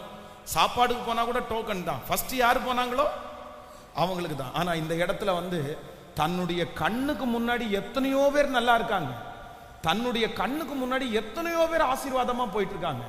ஆனா இந்த இடத்துல டல்லா உட்கார்ந்து இருக்கிறது யாரு? அந்த வியாதி கொண்டிருந்த மனுஷன்.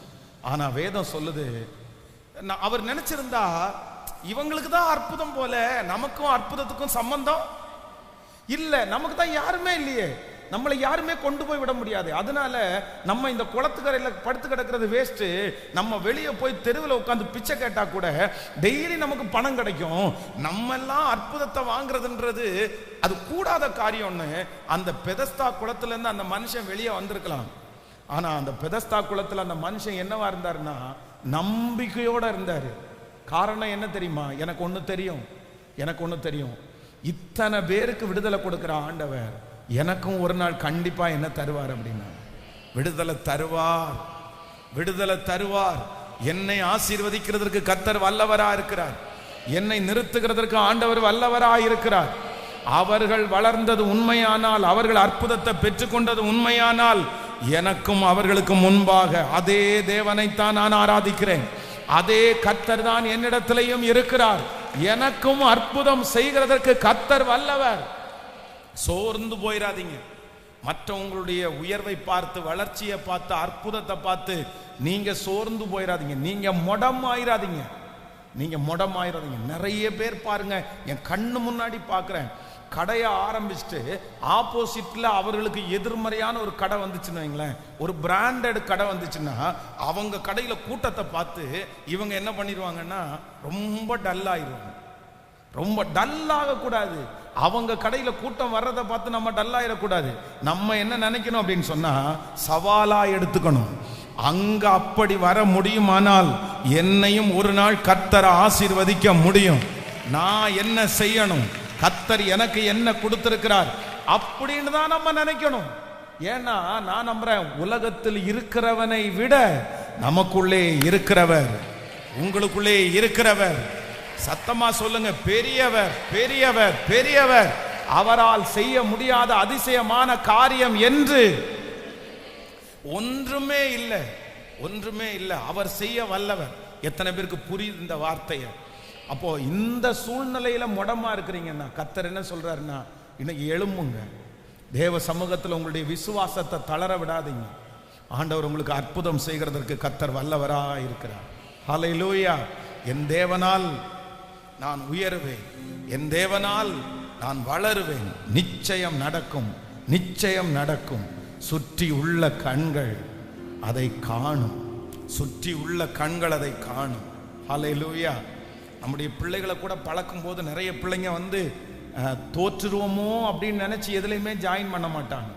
அப்படி இருக்காதீங்க. நீ தோத்தாலும் ஜெயிச்சாலும் ட்ரை பண்ண வேண்டியது யாருடைய கடமை அப்படின்னா நம்முடைய கடமை. உன் ஆகாரத்தை தண்ணீர்கள் மேல் போடு. அநேக நாட்களுக்கு பின்பு அதனுடைய பலனை காண்பாய். கர்த்தர் கண்டிப்பா பார்க்கிறவர். உங்களுடைய வாழ்க்கையில எதை பார்க்கிறாரோ இல்லையோ, உங்க பிரயாசத்தை ஆண்டவர் பார்க்கிறாரு, உங்க உழைப்ப ஆண்டவர் பார்க்கிறாரு. நீங்க எந்த அளவிற்கு மும்முரமா இருக்கிறீங்கன்றத கர்த்தர் பார்க்கிறார். ஆண்டவர் அதெல்லாத்தையும் கணக்கில் வைத்திருக்கிறார். தன்னுடைய நாமத்திற்காய் காண்பித்த அன்புள்ள பிரயாசத்தை மறந்து விடுவதற்கு அவர் அநீதி உள்ள தேவன் அல்ல. ஹல்லேலூயா. மனசுல ஆழமா பதிச்சிட்டீங்களா?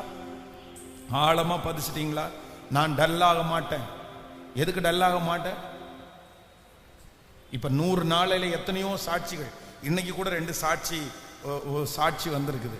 உடனே நம்ம நிறைய பேருக்கு தோணும், எல்லாரும் சாட்சி சொல்றாங்க, 50 நாள் ஆக போகுது, நான் இன்னும் சாட்சியே சொல்லலை, எனக்கு ஒரு சாட்சி வருமா வராதா அப்படின்னு நீங்க நினைக்கலாம். அது உங்களுக்கு சில நேரத்தில் வந்து நமக்கு ஒன்றும் நடக்காது அப்படின்னு சொல்லிட்டு இனி ஜபத்துக்கு வராம இருந்துடலாம், ஜபத்தை அவ்வளவுதான் போதும் அப்படின்னு நினைச்சிட முடியாது. என்ன பண்ணணும் அப்படின்னு சொன்னா, அவர்களுக்கு செய்தீரே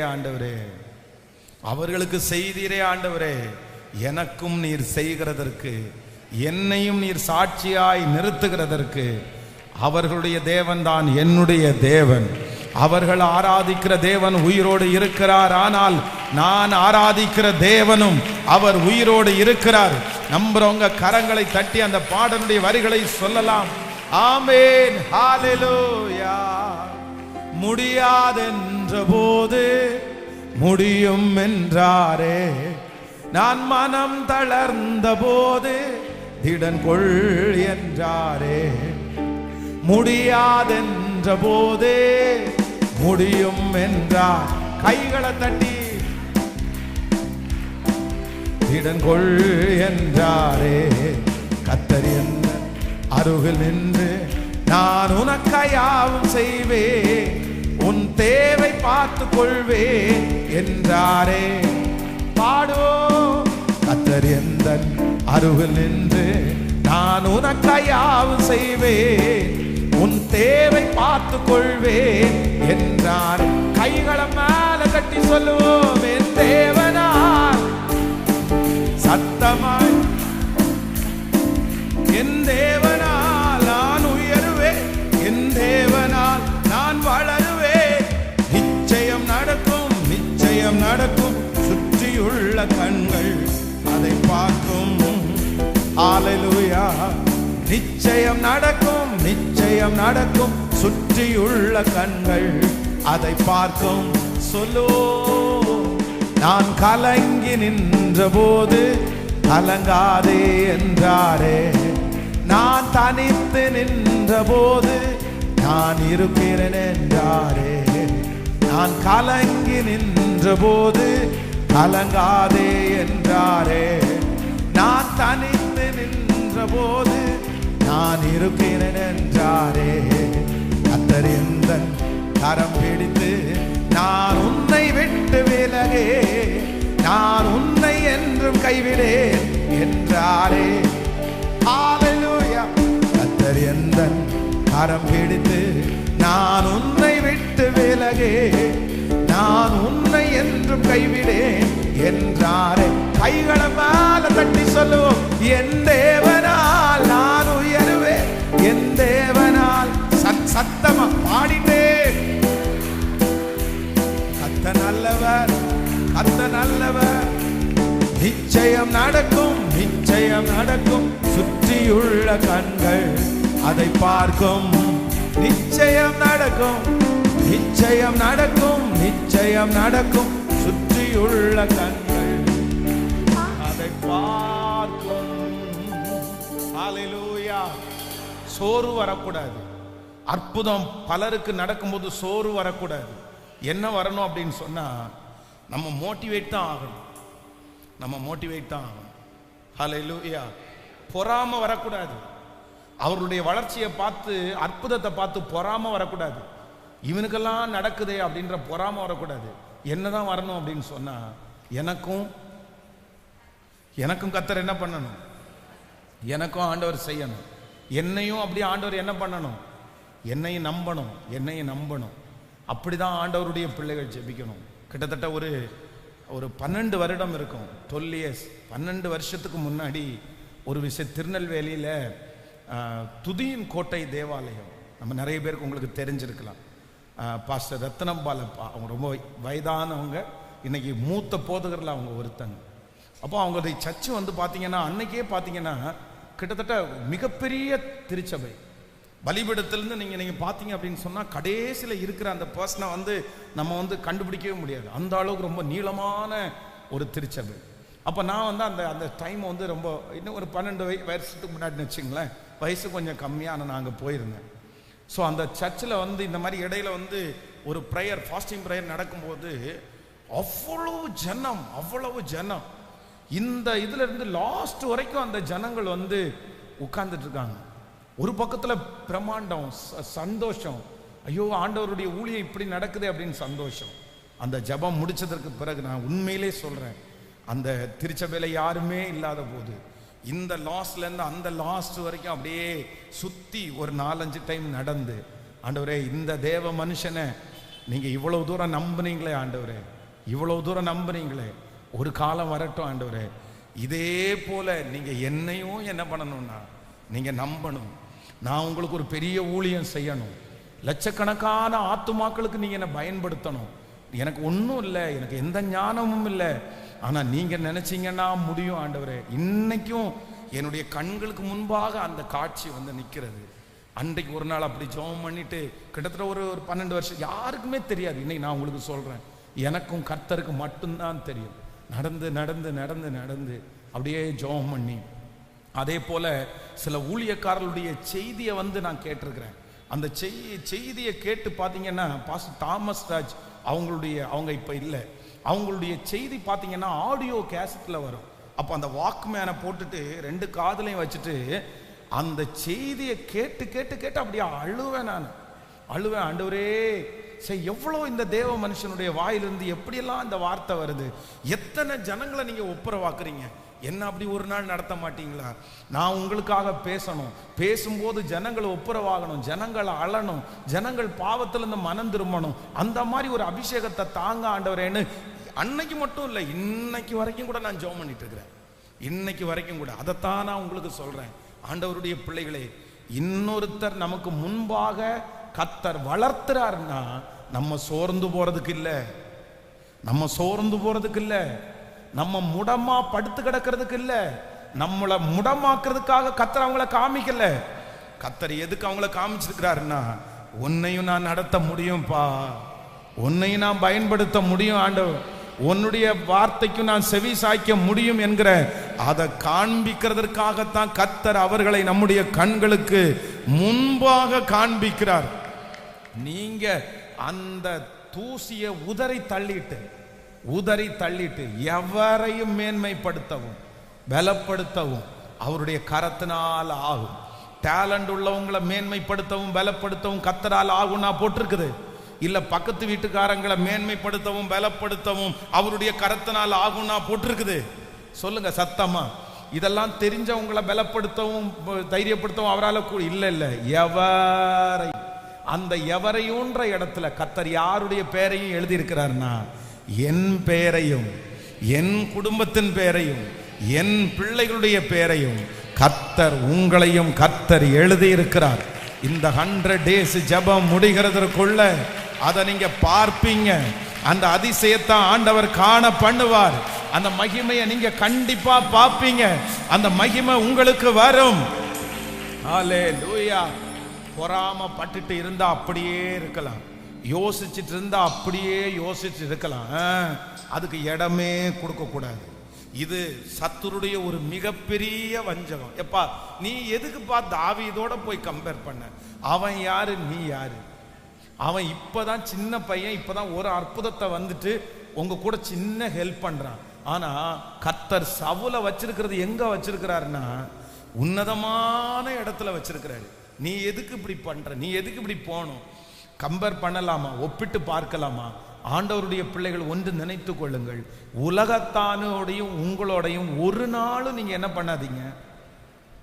சொல்லுங்க, ஒப்பிடவே பண்ண. ஏன்னா அவங்க வேற, அவங்களுக்கு என்னதான் ஒரு பிளைட்டே இருக்கட்டுமே, அவங்க ஒரு தீவே விலைக்கு வாங்கட்டுமே, நம்முடைய கால் தூசிக்கு அவங்களால வர முடியாது. ஏன் அப்படின்னா, கர்த்தரை தெய்வமாய் கொண்ட ஜனம் பாக்கியம் உள்ளது. கர்த்தரை தெய்வமாய் கொண்ட ஜனம் பாக்கியம் உள்ளது. மனுஷன் உலகம் முழுவதையும் ஆதாயப்படுத்தினாலும் தன் ஜீவனை நஷ்டப்படுத்தினால் அதனால் அவனுக்கு லாபம் என்ன? அவங்க கண்ணு இருந்தும் அவங்களுக்கு தெரியாதே, அவங்க நடக்கிறது சரியில்லையே.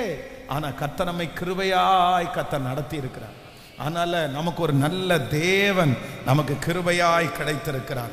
ஹல்லேலூயா, ஆமென். நம்பர் 3, மூணாவதாக இந்த சவுலுடைய வாழ்க்கையில ஒரு வசனத்தை கூட வாசிக்கலாமா? ஆமென். அந்த 18ஆம் அதிகாரத்தினுடைய 14வது வசனத்திலிருந்து வாசிக்கலாம். ஆமென், ஹல்லேலூயா. வாசிக்கலாம். 18ஆம் அதிகாரத்திலிருந்து. அந்த தாவீது தன் செய்கைகளில் எல்லாம் புத்திமானாய் நடந்தான், கர்த்தர் அவனோடே கூட இருந்தார். அவன் மகா புத்திமானாய் நடக்கிறதை சவுல் கண்டு அவனுக்கு பயந்திருந்தான். அடுத்த வார்த்தை கூட வாசிக்கலாம். இஸ்ரவேலும் யூதா ஜனங்களுமாகிய யாவரும் தாவீதை சிநேகித்தார்கள். அவர்களுக்கு முன்பாக அவன் போக்கும் வரத்துமாய் இருந்தான்.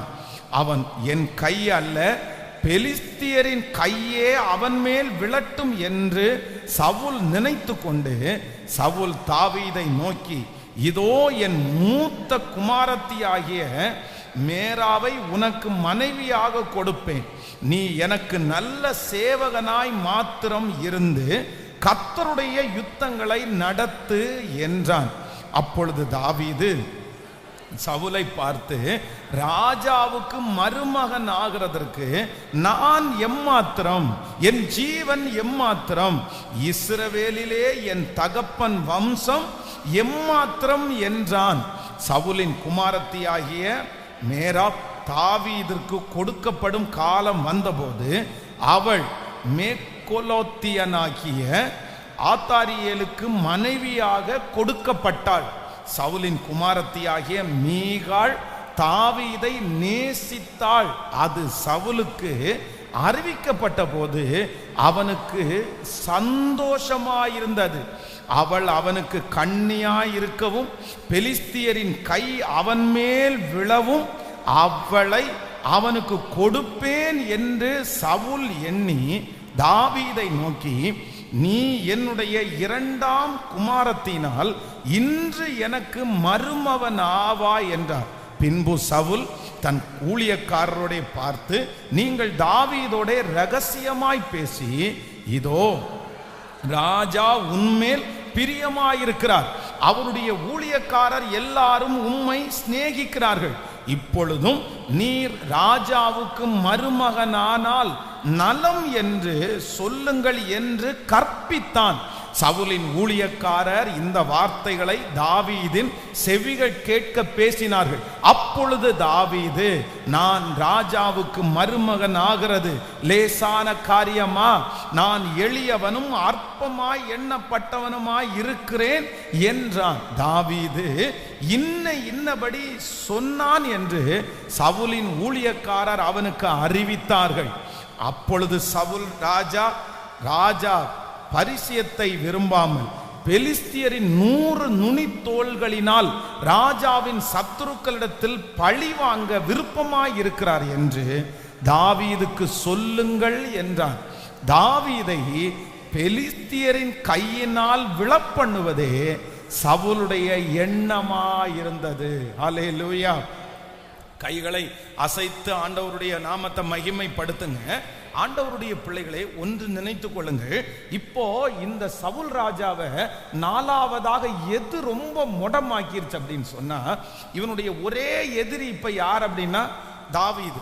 காரணமே இல்லாம தன்னுடைய எதிரியே இல்லாத ஒரு மனுஷனை தனக்கு எதிரியாக இவர் நினைச்சிட்டு இவரா ஒரு கற்பனை பண்ணிக்கிட்டாரு.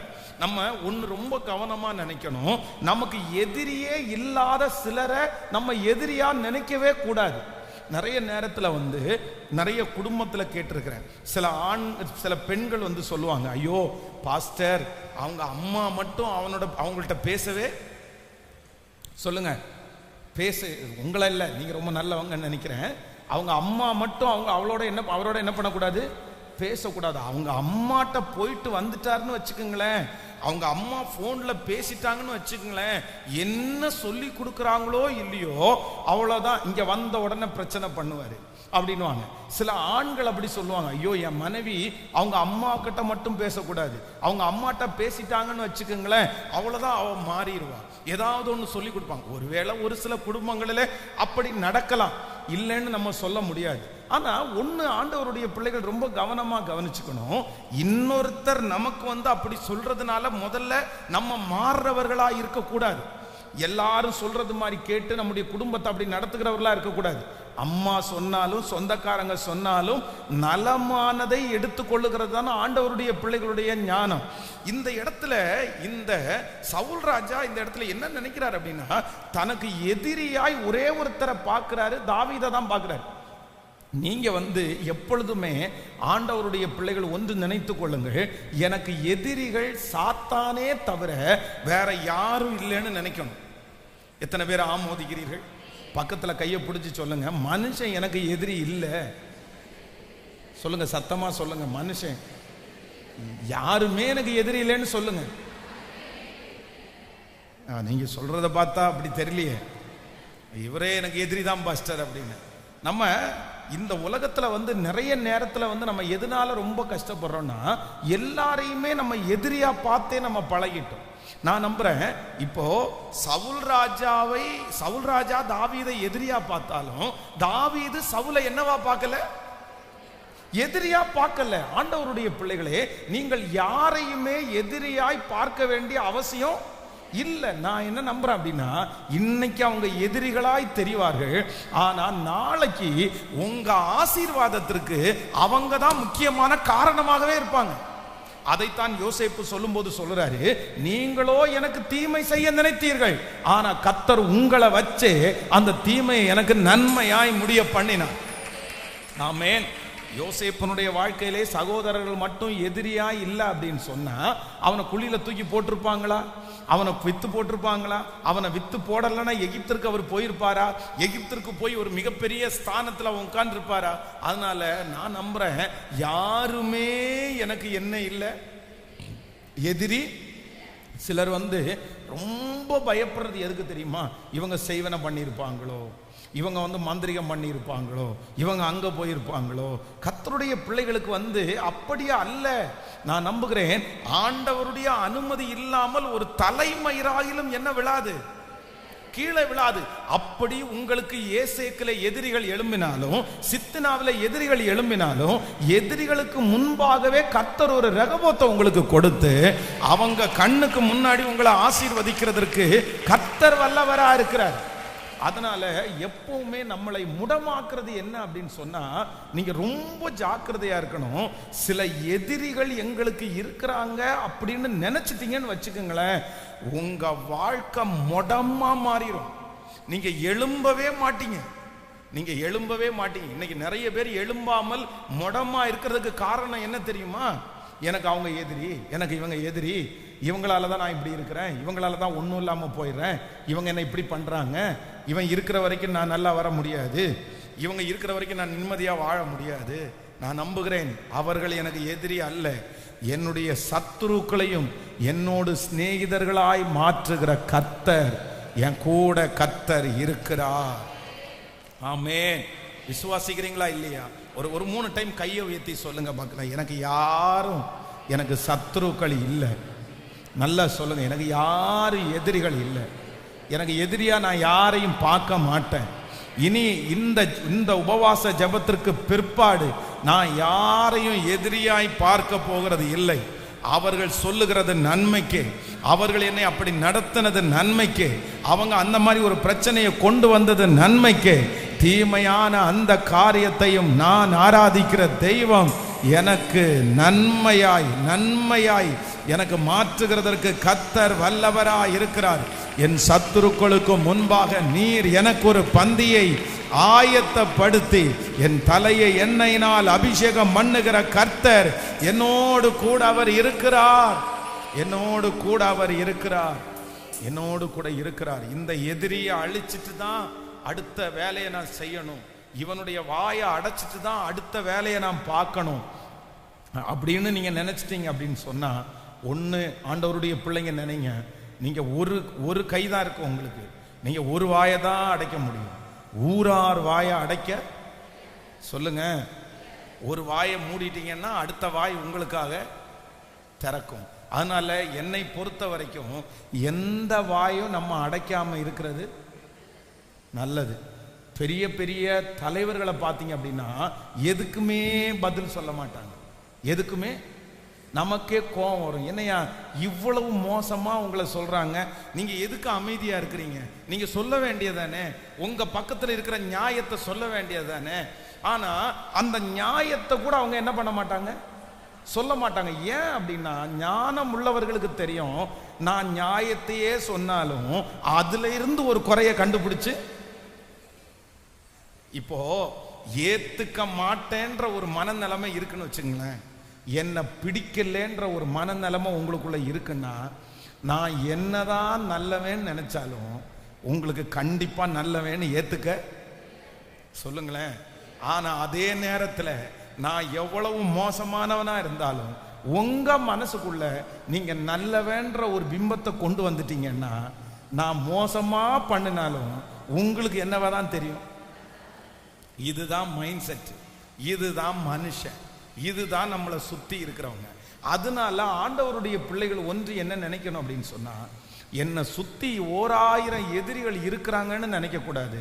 என்னை சுத்தி இருக்கிறது எல்லாமே என்னதானா நல்லதுதான். சிலருடைய வீட்டில் பார்த்தீங்கன்னா நல்ல குழம்பு வச்சிருவாங்க, ஆனா வாரத்திற்கு ஒரு நாள் என்ன குழம்பு வச்சிருவாங்க, பாவக்காய் குழம்பு வச்சிருவாங்க. ஆனா இந்த கறியெல்லாம் தின்னும்போது ரொம்ப சந்தோஷமா இருக்கும். இந்த பாவக்காய் குழம்பு தின்னும்போது மட்டும் பாவக்காவா. ஆனா அந்த வயசான அம்மா மட்டும் என்ன சொல்லுவாங்கன்னா, சாப்பிடுப்பா, இத்தனை நாளும் சாப்பிட்டத இதுல தான் நீ என்ன பண்ணணும், இத்தனை நாளும் சர்க்கரையா உள்ள போயிருக்குல்ல, கொஞ்சமாவது கசப்பு நம்முடைய உடம்புக்குள்ள போகணும். அப்போ நான் என்ன விசுவாசிக்கிறேன்னா, நமக்கு நல்லது செய்கிறதுக்கு, தட்டி கொடுக்கிறதுக்கு, சந்தோஷப்படுத்துறதுக்கு எப்படி ஆண்டவர் நிறைய பேரை வச்சிருக்கிறாங்களோ, அதே போல நமக்கு யாரையும் கர்த்தர் வைக்கணும். ஹலோ, யாரையும் நமக்கு வைக்கணும், யாரையும் வைக்கணும், எதிரிகளையும் வைக்கணும், சத்துருக்களையும் வைக்கணும். அந்த சத்துருக்களை வைக்கலன்னா, எதிரியை வைக்கலன்னா, நம்ம நிறைய பேர் பாஸ்டிங் பிரேயருக்கு வரமாட்டோம், நம்ம நிறைய பேர் சண்டே சர்வீஸுக்கு வரமாட்டோம், நம்ம நிறைய பேர் ஆண்டவரை தேட மாட்டோம். அப்போ நான் நினைக்கிறேன், நமக்கு அந்த சத்துரு பய இருக்கிறதுனால தான் நம்ம நிறைய பேர் ஒழுங்கா ஆண்டவரை ஆராதிக்கிறோம். அதனால அந்த சத்துருக்காக கர்த்தருக்கு ஸ்தோத்திரம் தான் பண்ணணுமே தவிர, சத்துருவை நினைச்சு ஒரு நாளும் வருத்தப்படவே கூடாது. ஸ்தோத்திரம் ஆண்டவரே, என் லைஃப்ல இந்த மாதிரி ஒரு பார்ட்டை நீங்க வச்சிருக்கிறதற்காய் உமக்கு ஸ்தோத்திரம். ஹல்லேலூயா. நாம் முடமாயிரக்கூடாது. அவருடைய தீர்மானம் இல்லாமல் ஒருவனும் எனக்கு சத்துருக்களாய் மாற முடியாது. உங்களுக்கு விரோதமாய் உருவாக்கப்படும் ஆயுதம் அது வாய்க்காதே போகும். இஸ்ரவேலுக்கு விரோதமான மந்திரவாதமும் இல்லை, யாக்கோபுக்கு விரோதமான குறி சொல்லுதலும் இல்லை. அவர் சத்துருக்கு எந்த அளவிற்கு அவர் இடம் கொடுத்திருக்கிறாரோ அந்த அளவிற்கு தான் நம்ம வாழ்க்கையில சத்துரு உள்ள வர முடியும். ஆமென். ஆண்டவர் கொடுக்காத ஒரு இடத்தை சத்துரு எடுத்துக்க முடியாது. பிசாசு வந்து தேவ சமூகத்துல வந்து நிக்கிறான், ஆண்டவரிடத்துல கேட்கிறான், என்னுடைய யோபு மேல கவனம் வைத்தாயோ? ஆமா கவனம் வச்சேன். எவ்வளவு தூரம் போ? இவ்வளவு தூரம் போ, இதுக்கு மேல நீ என்ன பண்ணாத, போகாத. ஃபர்ஸ்ட் கர்த்தர் பொருட்கள் எல்லாம் எடுக்கிறதுக்கு உரிமை கொடுத்தாரு, திரும்ப வந்து நிக்கிறான். இப்ப என்ன பண்ணணும்னு கேட்கிறாரு. இல்ல அவன் சரீரத்தை மட்டும் தொட்டீரே, ஆனால் அப்படியா, சரி ஓகே, சரீரத்தையும் வேணா தொட்டுக்கோ, ஆனா எங்க எடுக்க கூடாதுன்னா ஜீவனை எடுக்க கூடாது. அப்போ நமக்கு எவ்வளவுதான் சத்துருக்கள் பெருகினாலும் அந்த சத்துருக்கள் நம்முடைய வாழ்க்கையிலே கிரியை செய்கிறதற்கு ஆண்டவர் ஒரு ஏரியாவை வச்சிருக்கிறாரு, ஒரு லிமிட்டேஷனா வச்சிருக்கிறாரு. அதற்கு மேல அந்த சத்துருக்களால நினைச்சா கூட நம்மளை ஒண்ணும் பண்ண. எத்தனை பேர் ஆமோதிக்கிறீங்க? நான் நம்புறேன், ஆண்டவர் சில நேரத்துல நம்மளை சத்துரு கையில கொடுப்பாரே தவிர சத்துரு கையில முழுவதுமா ஒப்பு கொடுக்க மாட்டாரு. ஏன் அப்படின்னா, சத்துரு நம்மளை போராடுவதற்கு கர்த்தர் தருவார், ஆனா அதே நேரத்துல கர்த்தர் அந்த சத்துருக்கு முன்னாடியே நம்மளை ஒரு நாள் உயர்த்த வேண்டும் என்பதற்காக, சத்துரு முற்றிலும் அழிப்பதற்கு ஒரு நாளும் ஆண்டவர் நமக்கு இடம் கொடுக்கிற தேவன் அல்ல, இடம் கொடுக்கிற தேவன் அல்ல. உங்க பிள்ளைங்க யாராவது முடங்கி போய் படுத்து கிடக்குறாங்களா? எனக்கு வேலை செய்யற இடத்துல ஒரே பிரச்சனையா இருக்குது, நான் குடியிருக்கிற இடத்துல ஒரே பிரச்சனையா இருக்குது, முடமா இருக்கிறீங்களா? கர்த்தர் சொல்லுகிறார், எதுவும் இல்லை. கர்த்தர் உங்கள் பட்சத்திலே இருக்கும்போது உங்களுக்கு எதிரானவர் யார் இருக்க முடியும்? இப்போ என்னுடைய பார்வையை நான் மாத்த போறேன், என் பார்வையை மாத்த போறேன். என்ன பார்வையை மாத்த போறேன்னா, நீ எனக்கு சத்துரு இல்லை, நீ என்னை ஆசீர்வதிப்பதற்காய் கர்த்தர் கொடுத்திருக்கிற ஒரு சின்ன ஒரு முள்ளு. ஆனா இது என்னை குட்டும் சாத்தானுடைய தூதனா இருந்தாலும் என்னை உயர்த்தாதபடிக்கு, என்னை தாழ்மைப்படுத்துவதற்கு கர்த்தர் எனக்கு அனுமதித்திருக்கிற ஒரு ஆயுதம். ஹல்லேலூயா, ஹல்லேலூயா. எனக்கு ஒரு பந்தியை ஆயத்தப்படுத்துகிற கர்த்தர் என்னோடு கூட இருக்கிறார். கைகளை உயர்த்தி எல்லாரும் முழு பலத்தோடு, thank you Jesus, thank you Jesus. Sister, அவர்களை பார்த்து நீங்க சோர்ந்து போக வேண்டாம். யாரோ ஒருத்தர் அந்த பர்சனை பார்த்துட்டே ஆலயத்துக்கு போறதில்லை, அந்த நபரை பார்த்துட்டே அந்த காரியத்தை செய்யறது இல்லை. இவன் இருக்கிற இடத்துல நான் இருக்க மாட்டேன், இவங்க போற இடத்துல நான் போக மாட்டேன், இவனை பார்க்கிற பார்வையே சரியில்லை, இவன் இந்த இடத்துல என்ன ரொம்ப என்ன கெடுத்துட்டான், என் பேரை கெடுத்துட்டான். ஆனா ஆண்டவர் வாக்கு கொடுக்கிறார், அந்த இடத்துல நீங்கள் துணிந்து நில்லுங்கள், அந்த இடத்துல நீங்கள் தைரியமாய் நில்லுங்கள், அந்த இடத்துல நீ சந்தோஷமாய் நில் மகளே. அந்த இடத்துல இருக்கிற சத்துருடைய கண்ணுக்கு முன்னாடியே கர்த்தர் என்னை உயர்த்துவதற்கு கர்த்தர் வல்லவர். ஆமே, நான் இதிலே முடமாய் படுத்து கிடப்பது இல்லை. இந்த இடத்துல தான் நான் வேலை செய்வேன், இந்த இடத்துல தான் நான் கர்த்தருக்காக நிற்பேன், இந்த இடத்துல தான் நான் சாட்சியா வாழ்வேன். ஹல்லேலூயா. சத்துருக்கு முன்பாக பந்தியை ஆயத்தப்படுத்துகிற தேவனே, ஆயத்தப்படுத்துகிற தேவனே, உனக்கு எதிரான ஆயுதங்கள் வாய்க்காதே போகும், எனக்கு எதிரான ஆயுதங்கள் வாய்க்காதே போகும். என்னை எதிர்த்து வழக்காடுவோ என் சார்பில் வருவார்கள். பாடுவோம், என்னை எதிர்த்து வழக்காடுவோ என் சார்பில் வருவார்கள். நான் ஆள வேண்டா, நான் ஆள வேண்டா, அதிசயம் செய்திடுவார். சொல்லுவோம், நான் ஆள வேண்டா, நான் ஆள வேண்டா, அதிசயம் செய்திடுவார். காடன் தொல்லையா கதறுகின்ற என்னை காண்கிறார். காடன் தொல்லையா காதருகின்ற என்னை காண்கிறார். சொல்லும், உடனிருந்து நடத்திடுவா, ஒருபோதும் கைவிடா. உடனிருந்து நடத்துகிறா, ஒருபோதும் கைவிட. கைகள மேல நான் ஆள வேண்டா, நான் ஆள வேண்டா, அதிசயம் செய்திடுவான். நான் அழ வேண்டாம், அழவே நான் அழ வேண்டா, அதிசயம் செய்திடுவான். எதிர்காற்றோடு போராட்டமா என்னை காண்கிறா. எதிர்காற்றோடு போராட்டமா என்னை காண்கிறா.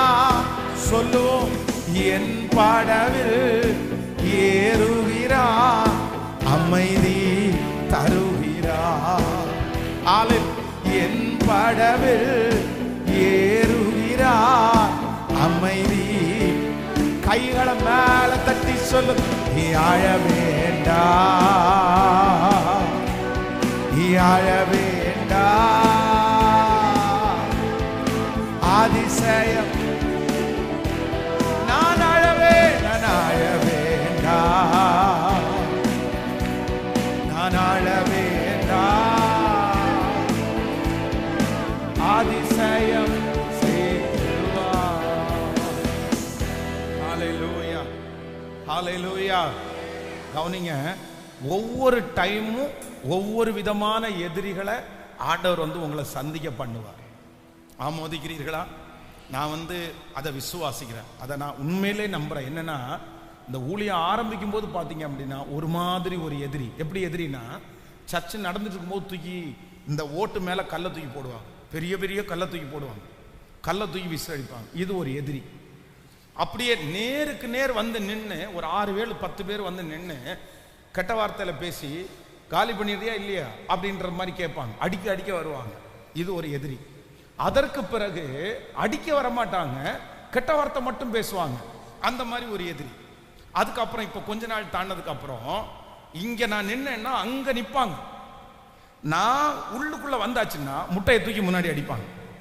நான் வெளியே போனா அமைதியா போயிடுவாங்க. அடுத்த எதிரி. இப்போ எல்லா எதிரியும் மாற்றி இப்போ என்ன எதிரி வந்திருக்காங்கன்னா கோல் சொல்லுகிற எதிரி வந்திருக்கிறாங்க. இப்போ மூஞ்சிக்கு நேரம் பேச எப்படி மாறுது பாங்க. ஒரு நாள் அந்த எதிரி வந்து எப்படி இருந்தாங்க, முகத்துக்கு முகத்தை அடிக்க அடிக்க வந்தாங்க. அடுத்து கெட்ட வார்த்தை பேசினாங்க. அடுத்து நான் உள்ள வந்தா வெளியே. அந்த மாதிரி இப்போ முகத்துக்கு முன்னாடி நிக்காம எங்க பின்னாடி. ஆனா நான் போய் அவங்க முன்னாடி நின்னா ஸ்தோத்திரம், வணக்கம் சார், நல்ல, அந்த மாதிரி முகத்துக்கு முன்னாடி பேசுறதுக்கு என்ன இல்லை. அப்போ நான் நம்புறேன். ஏன் அப்படின்னு சொன்னா என்ன கர்த்தர் வளர்த்திட்டே போறாரு. ஆனா என் எதிரிய ஆண்டவர் என்ன பண்ணிருக்கிறாரு, வச்சிருக்கிறாரு. ஆனா எதிரி வர வர என்ன ஆயிட்டு இருக்கான்னா வீக் ஆயிட்டே இருக்கான், பலவீனமாயிட்டே இருக்கிறான். என்னுடைய வேலை இந்த எதிரியை பார்த்து முடங்கி கிடக்கிற வேலை என் வேலை இல்லை. கர்த்தர் என்ன தரிசனம் கொடுத்திருக்கிறாரு, கர்த்தர் என்ன விஷன் கொடுத்திருக்கிறாரு. நீங்க யாரையும் பார்க்க கூடாது, எதையும் பார்க்க கூடாது. நீங்க பாட்டுக்கு செஞ்சுட்டே இருக்கும். அந்த ஊழியத்தை யார் கொடுத்தது? கர்த்தர் தானே கொடுத்தாரு. மனுஷனா கொடுத்திருக்கிறான். அந்த வேலையை கர்த்தர் தானே கொடுத்திருக்கிறாரு. நீங்க எதுக்கு அவங்கள பாக்குறீங்க? பேசுறவங்க அப்படிதான் இருப்பாங்க. நீங்க நல்லா இருக்கிறது நிறைய பேருக்கு பிடிக்காது, நீங்க வேலை செய்யறது பிடிக்காது. எப்படியாவது தடுத்து நிறுத்த தான் பார்ப்பாங்க. ஆனா நீங்க ஒண்ணு மட்டும் நினைக்கணும், எனக்கு யாரும் எதிரி இல்லை. என்னை உருவாக்குறதற்காய் கர்த்தர் சில மனிதர்களை கர்த்தர் வைத்திருக்கிறார். ஹல்லேலூயா, ஹல்லேலூயா. நான் எதிரியை பார்த்து நான் முடங்கி படுத்து கிடக்க மாட்டேன். ஐயோ, எங்க போனாலும் எனக்கு கண்ணி வைக்கிறாங்களே, எங்க போனாலும் என்ன பேசிட்டே இருக்கிறாங்களே, எங்க போனாலும் என்ன வாழ விட மாட்டேங்கிறாங்களே, உங்க பேரை கெடுத்துட்டே இருக்காங்களே, என்னை இப்படி சொல்லி கொடுக்குறாங்களே அப்படின்னு நினைச்சே உங்களை நீங்க ஒதுக்கிக்கிறீங்களா? நான் நம்புறேன் அவ பேர் சீக்கிரமா மாறும். உங்களை குறித்து அவங்க பேசுறது சீக்கிரமாய் நின்று போயிடும். ஆண்டவர் நிப்பாட்டுவார். நீங்க வளர வளர அந்த வாய்கள் எல்லாம் அடைக்கப்படும். நீங்கள் உயர உயர அந்த வாய்கள் எல்லாம் அடைக்கப்படும். கர்த்தர் உங்களை பயன்படுத்த பயன்படுத்த அந்த வாய்கள் எல்லாம் அடைக்கப்படும். அந்த வாய்கள் நிற்காது, அந்த வார்த்தை ரொம்ப நாள் நிற்காது, அவர்கள் ரொம்ப நாள் நிற்க முடியாது. சத்துருக்கு முன்னாடி ஆண்டவர் என்னை நிறுத்துகிறதற்கு கர்த்தர் வல்லவராய் இருக்கிறார். சொல்லுங்க ஒரு 3 டைம், எனக்கு யாரும் சத்துரு. சத்தமா சொல்லுங்க, நல்ல நல்ல பலமா சொல்லுங்க, எனக்கு யாரும் சத்துரு இல்லை. இது இருந்தாலே உங்களுக்கு போதும். ஆமென். நம்ம நிறைய பேர் இல்லைன்னு சொல்றதுக்கு இருக்குன்னுவோம், இருக்குன்றத சொல்லுங்களேன். சமாதானம் இருக்கா? இல்லை. கடுகு இருக்கா? இல்லை. பணம் இருக்கா? இல்லை. இதெல்லாம் இல்லைன்னு சொல்லுங்க. ஆனா உனக்கு சத்துரு ஐயோ நிறைய இருக்காங்க பாஸ்டர் அப்படின்னு எதெல்லாம் நம்ம இல்லைன்னு சொல்லணுமோ அதெல்லாம் இருக்குன்னு சொல்லிட்டு இருக்கிறோம். அதெல்லாம் ஆண்டவருடைய பிள்ளைகள் என்ன சொல்லணும்னா அதெல்லாம் ஒன்றும் இல்லை, அதெல்லாம் ஒன்றும் இல்லை. என் தேவன் எனக்குள்ளே இருக்கும்போது எனக்கு விரோதமாய் எழும்புகிறவர்கள், கர்த்தர் என் பட்சத்திலே இருக்கும்போது, கர்த்தர் என் பட்சத்திலே இருக்கும்போது எனக்கு விரோதமாய் ஒருவரும் நிற்க. 50 முழத்துல தூக்கு மரத்தை நட்டுட்டு ஜாலியா வரான். ஆமா, எதுக்கு வரான்? மொர்தெகாயை பார்த்துட்டு உள்ள போகும்போதே சொல்லிட்டு போறாரு. என்ன சொல்ற? இன்றே கடைசி. உனக்கு சிரிக்கிறியா? என்ன வணக்கமே சொல்ல மாட்டியா? இப்ப போரு, ஏற்கனவே 50 முழம் தூக்கு மரத்தை நட்டுட்டு வந்திருக்கிறேன், உள்ள போறேன். ராஜா விட்ட ஒரே ஒரு பர்மிஷன் மட்டும் வாங்கிட்டு இன்னைக்கு தான்டா உயிரோடு இருக்கிற அப்படின்னு சொல்லிட்டு மனசுல சொல்லிட்டு உள்ள போறான். உள்ள போனா காரியம் மாறுதலா முடியும். ராஜா கேட்கிறார், நான் ஒருத்தனை கனம் பண்ண விரும்புற மனுஷனுக்கு என்ன பண்ணணும்னு கேட்டா அடிச்சு விடுறான் பாருங்களேன். ராஜா ஏறுற குதிரை, ராஜ வஸ்திரம், எல்லாரும் தெண்டலிட்டு பணியணும்னு சொன்ன உடனே ராஜா ஒரேட்டா, நீ இப்ப என்னென்ன சொன்னியோ அதுல ஒண்ணு கூட மாறாம கேட்ல ஒருத்தன் உட்கார்ந்து இருக்கிறான் பாரு, 50 முழம் தூக்கு மரத்தை நட்டுட்டு இருக்கிறவன், அவனுக்கு செய்யன்றாரு. அன்னைக்கே செத்துட்டான். ஆமா, அன்னைக்கே முடிஞ்சிட்டான். ஆமா. அப்போ ஆண்டவருடைய பிள்ளைகளே, ஒன்று நீங்கள் நினைத்துக் கொள்ளுங்கள், சத்துருவை பார்த்து நீங்க பயப்பட வேண்டிய அவசியம் இல்லை. இல்லை. அவங்க 50 முழ தூக்கு மரத்தை நட்டினாலும் என்ன தூக்கிலிடக்கு முடியாது. சத்துரு வெட்டின குழியிலே சத்துருவே விழுவான். உங்களுக்கு விரோதமாய் குழியை வெட்டுவார்கள், ஆனா அந்த குழியில உங்களை விழ வைக்க முடியாது. கர்த்தர் உங்களை காப்பாற்றுவார். சத்துரு எந்த குழி வெட்டுகிறானோ அந்த குழியிலே சத்துருவே விழுவான். சத்துருவே விழுவான். நம்முடைய ஆண்டவர் அவ்வளவு பெரிய தேவன் நம்மோடு கூட இருக்கிறார். ஹல்லேலூயா. விசுவாசிக்கிறீங்களா? விசுவாசிக்கிறீங்களா? எனக்கு சத்துருக்கள் இல்லை, எனக்கு விரோதமாய் செய்வனைகள் இல்லை, எனக்கு விரோதமாய் மாந்திரீகம் இல்லை. சொல்லுங்க எல்லாரும். உலகத்தில் இருக்கிறவனை விட எனக்குள்ள இருக்கிறவர் யாரு? பெரியவர். பெரியவர் ஏசப்பா எனக்குள்ள இருக்கும்போது ஒன்றும் என்னை சேதப்படுத்த முடியாது. அவர்கள் இருப்பது நன்மைக்காகவே. கொஞ்ச நாளைக்கு இருப்பாங்க, ஆனா நீங்க வளர வளர அவங்க என்ன ஆயிடுவாங்கன்னா பலவீனம் ஆயிடுவாங்க.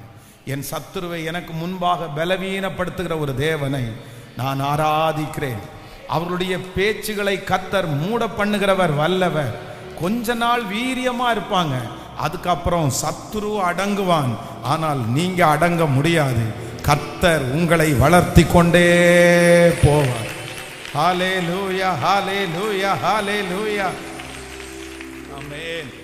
Thank you Jesus. இப்போ ஆண்டவர் 4வது அந்த முடத்தன்மையிலிருந்து வெளியே கொண்டு வரணும். எதிலிருந்து வெளியே கொண்டு வரணும்னா, ஆண்டவரே என் சத்துருக்களை பார்த்து நான் கட்ட போட்டு என்ன பண்ணக்கூடாதுன்னா இருக்கவே கூடாது. என்னுடைய எதிரின்னு நினைச்சு அதுக்கு பின்னாடியே நான் போகவே கூடாது. கர்த்தர் சொல்கிறார், ஒன்றும் இல்லை. சொல்லுங்க, ஒன்றும் இல்லை. செய்வன சொல்லுங்க, ஒன்றும் இல்லை. பொறாம ஒன்றும் இல்லை. நம்மளை ஒன்றும் பண்ண முடியாது. எனக்கு ஒரு பெரிய நம்பிக்கை வேணும், என்ன ஒன்றும் பண்ண முடியாது. எனக்குள்ள கர்த்தர் இருக்கிற வரைக்கும் என்ன ஒன்றும் பண்ண முடியாது. யாரோ ஒருத்தரை பார்த்து ஆண்டவர் ரொம்ப தெளிவா பேசுறாரு. நீங்க இதனாலதான் முடமாக்கப்பட்டு கிடக்கிறீங்க. எனக்கு நிம்மதியா இருக்கவே விட மாட்டேங்கிறாங்க பாஸ்டர், நிம்மதியா இருக்கவே விட மாட்டேங்கிறாங்க. எனக்கு அவங்கள பார்த்தாலே ரொம்ப கஷ்டமா இருக்குது. அவங்கள பார்த்தாலே என்னுடைய ஆவியே அப்படியே நொந்து போகுது. நான் எதையுமே பண்ண முடியல, என்னுடைய உற்சாகமே போகுது. அவங்க வந்து முன்னாடி நின்னா நான் அப்படியே ரொம்ப கஷ்டப்படுறேன். ஆனா இந்த ஃபாஸ்டிங் பிரேயர்ல ஆண்டவர் உங்களை திடப்படுத்துவேன் என்று கர்த்தர் வாக்கு கொடுக்கிறார். கர்த்தர் உங்களை தைரியப்படுத்துவேன் என்று கர்த்தர் வாக்கு கொடுக்கிறார். அந்த எதிரியினுடைய கூட்டத்தை பார்த்து நீங்க பயப்பட வேண்டிய அவசியம் இல்லை. கர்த்தர் அவர்களோடு இருக்கிறவர்களை பார்க்கிலும் உங்களோடு இருக்கிறவர்கள் அதிகம். பெரிய தூத சேனை உங்களோடு இருக்கிறது. இல்ல, அவங்க என்ன ஒரு நாளும் முடமாக்க முடியாது. ஹல்லேலூயா. என்னை எழும்ப பண்ணுகிறவர் கர்த்தர். கிதியோனை குறித்து வேதம் சொல்லுது, அத்தனை பேரும் சத்துருக்களுக்கு பயந்து போய் வீட்டில் இருக்கும்போது கிதியோன் என்கிற ஒரு மனுஷன் மட்டும் என்ன நினைக்கிறான் அப்படின்னு சொன்னா, நான் முடங்கி படுக்க மாட்டேன். ஏன் அப்படின்னு சொன்னா, என் எதிரிய கூட கர்த்தர் தான் நியமிச்சிருக்கிறாரு. என் எதிரி என்ன ஒன்றும் பண்ண முடியாது. அந்த எதிரிக்கு முன்னாடி தைரியமா போய் நின்னான் பாருங்களேன். அவன் மூலமாகவே கர்த்தர் வெறும் பானையும் தீவட்டியையும் 300 பேரை வச்சு கர்த்தர் ஒரு பெரிய வெற்றியை கர்த்தர் தருவதற்கு வல்லவராயிருந்தார். உங்க மூலமா ஆண்டவர் தருவார். எதிரியை பார்த்து கலங்கி போய் நிக்காதீங்க. ஹல்லேலூயா. அந்த மனுஷனை பார்த்து கலங்கி போய் நிக்காதீங்க. கர்த்தர் உங்க கூட இருக்கிறார். கர்த்தர் சொல்ல, நீ போய் நில்லு, நீ எழும்பு மகளே, நீ அவர்களுக்கு விரோதமாய் போய் நில்லு, அந்த சக்திக்கு விரோதமாய் நீ நில்லு. ஆமென். அவர்கள் உன்னை ஒன்றும் செய்ய முடியாது, யாரும் ஒன்றும் செய்ய முடியாது. என் இயேசு பெரியவராய் இருக்கிறார். ஹல்லேலூயா.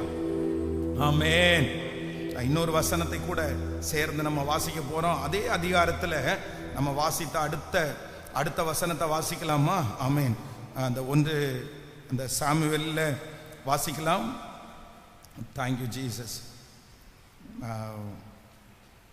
18ஆம் அதிகாரத்தினுடைய ஆமென் கடைசி வசனம், ஒரு 3 வசனத்தை வாசிக்கலாமா? கடைசி 3 வசனத்தை வாசிக்கலாம். ஆமென். கர்த்தர் தாவீதோடு இருக்கிறார் என்று சவுல் கண்டறிந்து கொண்டான். சவுலின் குமாரத்தியாகிய மீகாளும் அவனை நேசித்தாள். ஆமேன். அடுத்த வசனம் 29. வாசிங்க. ஆமா. ஆகையால் சவுல் இன்னும் அதிகமாய் தாவீதிற்கு பயந்து, நான் உயிரோடு இருந்த நாளெல்லாம் தாவீதிற்கு சத்துருவாய் இருந்தான். பெலிஸ்தியருடைய பிரபுக்கள் புறப்பட போகிற போதெல்லாம் தாவீது சவுலுடைய ஊழியக்காரர் எல்லாரை பார்க்கலும் புத்திமானாய் நடந்து கொண்டான். அவன் பெயர் மிகவும் கனம் பெற்றது. அடுத்து 19ஆம் அதிகாரத்திற்கு வருவோம். 19ஆம் அதிகாரம். தாவீதை கொன்று போடும்படி சவுல் தன் குமாரனாகிய யோனத்தானோடும் தன் ஊழியக்காரர் எல்லாரோடும் பேசினான். சவுலின் குமாரனாகிய யோனத்தானோ தாவீதின் மேல் மிகவும் பிரியமாயிருந்தார். அதனால் யோனத்தான் தாவீதுக்கு அதை அறிவித்து, என் தகப்பனாகிய சவுல் உம்மை கொன்று போக வகை தேடுகிறார். இப்பொழுதும் நாளைக்கு காலமே நீர் எச்சரிக்கையாயிருந்து மறைவான இடத்திலே ஒளிந்து கொண்டிரும். நான் புறப்பட்டு வந்து நீர் வெளியில் இருக்கும் இடத்திலே என் தகப்பன் பக்கத்திலே நின்று உமக்காக என் தகப்பனாரோடே பேசி நடக்கும் காரியத்தை கண்டு உமக்கு அறிவிப்பேன் என்றான். அப்படியே யோனத்தான் தன் தகப்பனாகிய சவுலோடே தாவீதுக்காக நலமாய் பேசி, ராஜா தம்முடைய அடியானாகிய தாவீதிற்கு விரோதமாய் பாவம் செய்யாதிருப்பாராக. அவன் உமக்கு விரோதமாய் பாவம் செய்யவில்லை. அவன் செய்கைகள் உமக்கு மெத்த உபயோகமாய் இருக்கிறதே. அவன் தன் பிராணனைத்தான் தன் வைத்துக்கொண்டு அந்த பெலிஸ்தியனை கொன்றதினால் கர்த்தர் இஸ்ரவேலுக்கெல்லாம் பெரிய ரட்சிப்பை கட்டளையிட்டதை நீர் கண்டு சந்தோஷப்பட்டீரே. இப்போதும் முகாந்தரம் இல்லாமல் தாவீதை கொல்லுகிறதுனால் குற்றமில்லாத இரத்தத்திற்கு விரோதமாக நீர் பாவம் செய்வானேன் என்றான். சவுல் யோனத்தானுடைய சொல்லை கேட்டு அவன் கொலை செய்யப்படுவதில்லை என்று கர்த்தருடைய ஜீவனை கொண்டு ஆணையிட்டான். அடுத்த வசனம். பின்பு யோனத்தான் தாவீதை அழைத்து அந்த வார்த்தைகளை எல்லாம் அவனுக்கு அறிவித்து அவனை சவுல் அண்டையிலே கூட்டி கொண்டு போய் விட்டான். அப்படியே அவன் முன் போலவே அவனுடைய சமூகத்தில் இருந்தான். மறுபடியும் ஒரு யுத்தம் உண்டாயிற்று. அப்பொழுது தாவீது புறப்பட்டு போய் பெலிஸ்தியரோட யுத்தம் பண்ணி அவர்களுக்குள் மகா சங்காரம் பண்ணினதினால் அவர்கள் அவனுக்கு முன்பாக முறிந்தோடி போனார். ஒரு வசனத்தோட வாசிக்கலாம். கர்த்தரால் விடப்பட்ட பொல்லாத ஆவி சவுலின் மேல் வந்தது. அவன் தன் வீட்டில் உட்கார்ந்து தன் ஈட்டியை கையிலே பிடித்து கொண்டிருந்தான். தாவீது தன் கையினால் சுரமண்டலம் வாசித்தான். அல்லேலூயா. ஆண்டவருடைய பிள்ளைகளே, லாஸ்ட் கடைசியா இந்த சவுல் ராஜாவை முடமாக்குனது என்ன அப்படின்னு சொன்னா, இந்த இடத்துல இவன் முடமாகிறான். வேதம் சொல்லுது, இந்த தாவீது ஜெயிச்சிட்டே இருக்காரு பாருங்களேன். ஒவ்வொரு டைமும் எங்க போனாலும் தாவீது என்ன பண்றாருன்னா, இவன் ஒரு டைம் இவரை கூப்பிடுறாரு, உள்ள கூப்பிடுறாரு, திரும்பி பொறாம வருது, திரும்பி வெளியே எடுக்கிறாரு, திரும்பி உள்ள வரா, திரும்பி இப்படியே பல இடங்களிலே மாறி மாறி மாறி மாறி போகுது. எந்தெந்த டைம் எல்லாம் தாவீது பெருமைப்படுத்தப்படுறானோ, அப்படின்னா உயர்த்தப்படுறானோ, அவனுக்கு ஒரு அங்கீகாரம் கிடைக்குதோ, அப்பொழுதெல்லாம் தாவீதுக்கு என்ன ஆகுது அப்படின்னா மனசுல ரொம்ப கஷ்டமாகுது. இப்போ ஒன்று, நீங்க முடமாகிற சிலர் முடமாகிறதுக்கு காரணம் என்ன அப்படின்னு சொன்னா, நமக்குள்ள என்னன்னா எப்பொழுதுமே நம்ம தான் ஜெயிக்கணும் அப்படின்றது நம்ம மனசுல இருக்கிற வரைக்கும் நம்ம முடத்தன்மையை விட்டு நம்ம வெளியே வர முடியாது. ஆமென். ஒன்று நினைத்துக் கொள்ளுங்கள் ஆண்டவருடைய பிள்ளைகளே, எல்லாரும் நம்முடைய கண்களுக்கு முன்பாக ஜெயிக்கணும் அப்படின்ற ஒரு எண்ணம் ஆண்டவருடைய பிள்ளைகளுக்கு அவசியமானது. பாருங்க, சில வயசான அம்மாங்க அப்பாங்க என்ன பண்ண மாட்டாங்கன்னா, தன்னுடைய வேலையை தன்னுடைய தொழிலை அவ்வளவு சீக்கிரமா என்ன பண்ண மாட்டாங்கன்னா தன்னுடைய பிள்ளைங்க கையில கொடுக்க மாட்டாங்க. அந்த பிள்ளைங்க அதற்கான குவாலிட்டி ஆயிருப்பாங்க, வளர்ந்துருப்பாங்க. அவங்கள்ட்ட கொடுத்துட்டு இவங்க பின்னாடி இருந்து அவங்கள மோட்டிவேட் பண்ணலாம், அவங்களுக்கு சொல்லி கொடுக்கலாம்.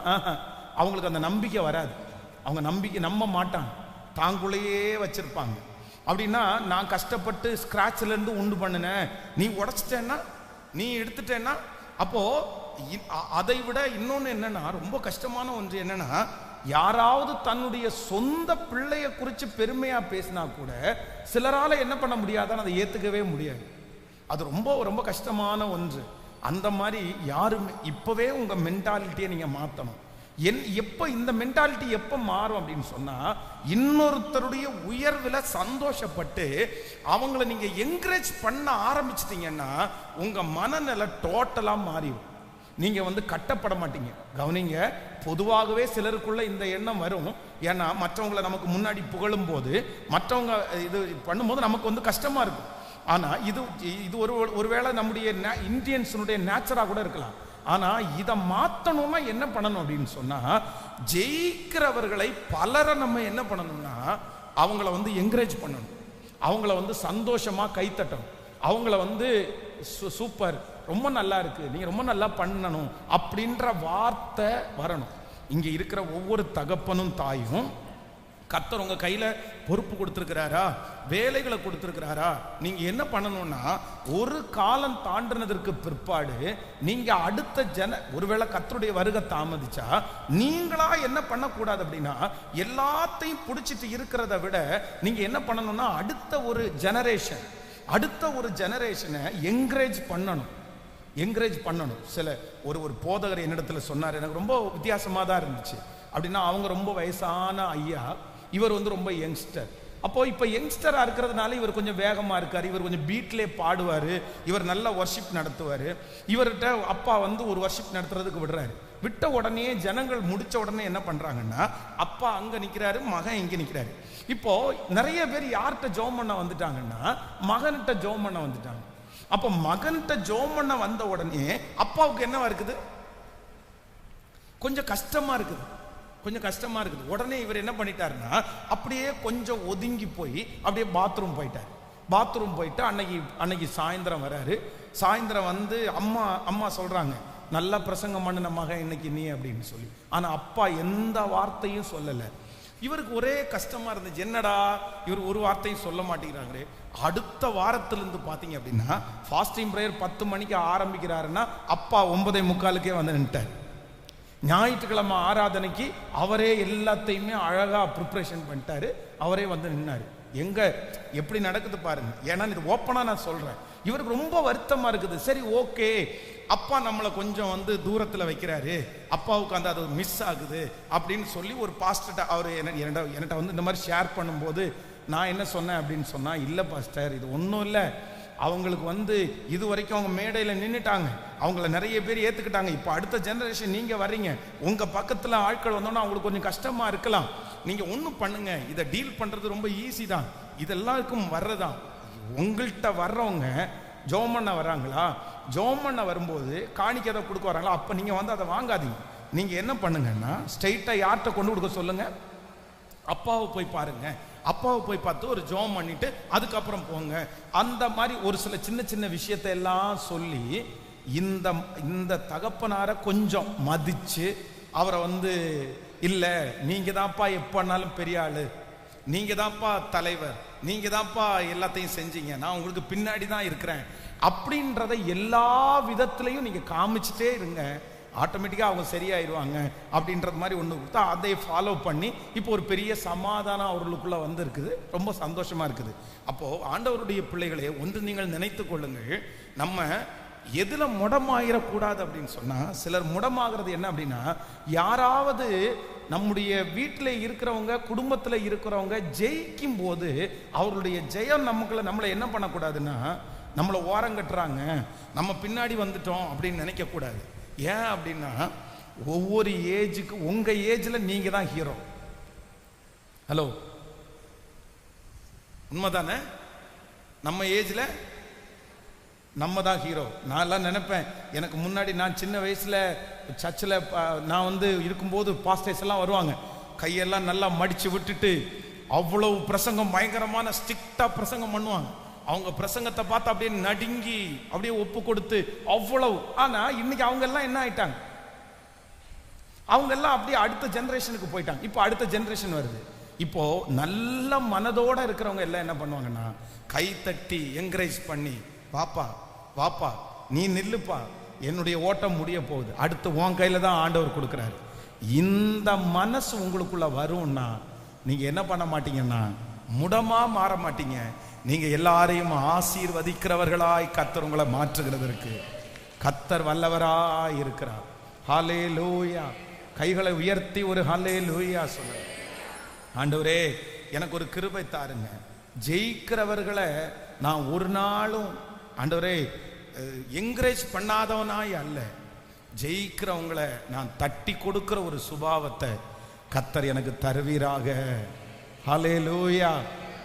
எத்தனை பேர் ஆமோதிக்கிறீர்கள்? ஒவ்வொரு ஸ்டெப்லையும் ஒவ்வொரு வளர்ச்சியை கர்த்தர் நமக்கு தருகிறார். விசுவாசிக்கிறீங்களா இல்லையா? ஆமென். கைகளை அசைத்து ஒரு ஹல்லேலூயா சொல்லலாம். அம்மா அம்மா வந்து பையனுக்கு அது வரைக்கும் பையனுக்கு வந்து எதுதான் பிடிக்கும்னா அம்மாவனுடைய சாப்பாடே பிடிக்கும். ஆனால் மனைவி வந்த புதுசில் ஒருவேளை மனைவியினுடைய சாப்பாடு பிடிக்கலைன்னா கூட ஒரு 5-6 வருஷம் ஒரு 10 வருஷத்துக்குள்ளே பிடிச்சிதான் ஆகும்.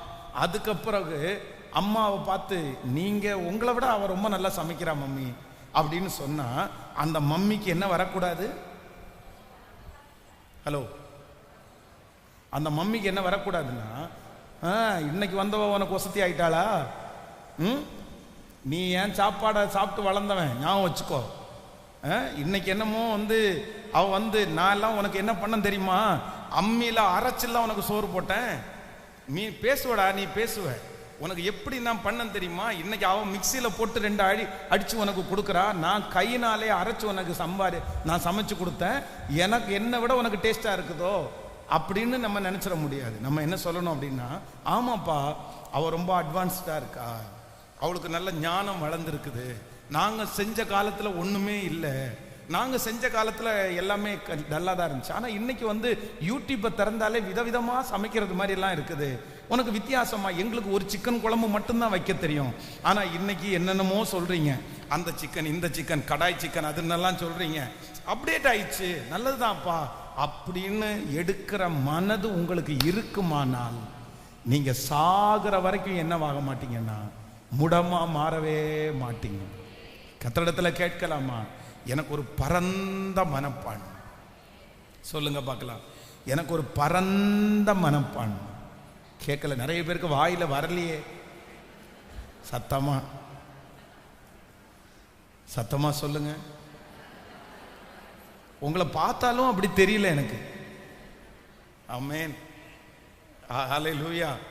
நீங்க செய்யும் போது வெற்றி அடைகிறது எவ்வளவு சந்தோஷமோ, அடுத்தவங்க செய்யும் போது அந்த வெற்றியை பார்த்து சந்தோஷப்படுகிறவர்கள் தான் உண்மையான ஆண்டவருடைய பிள்ளைகள்.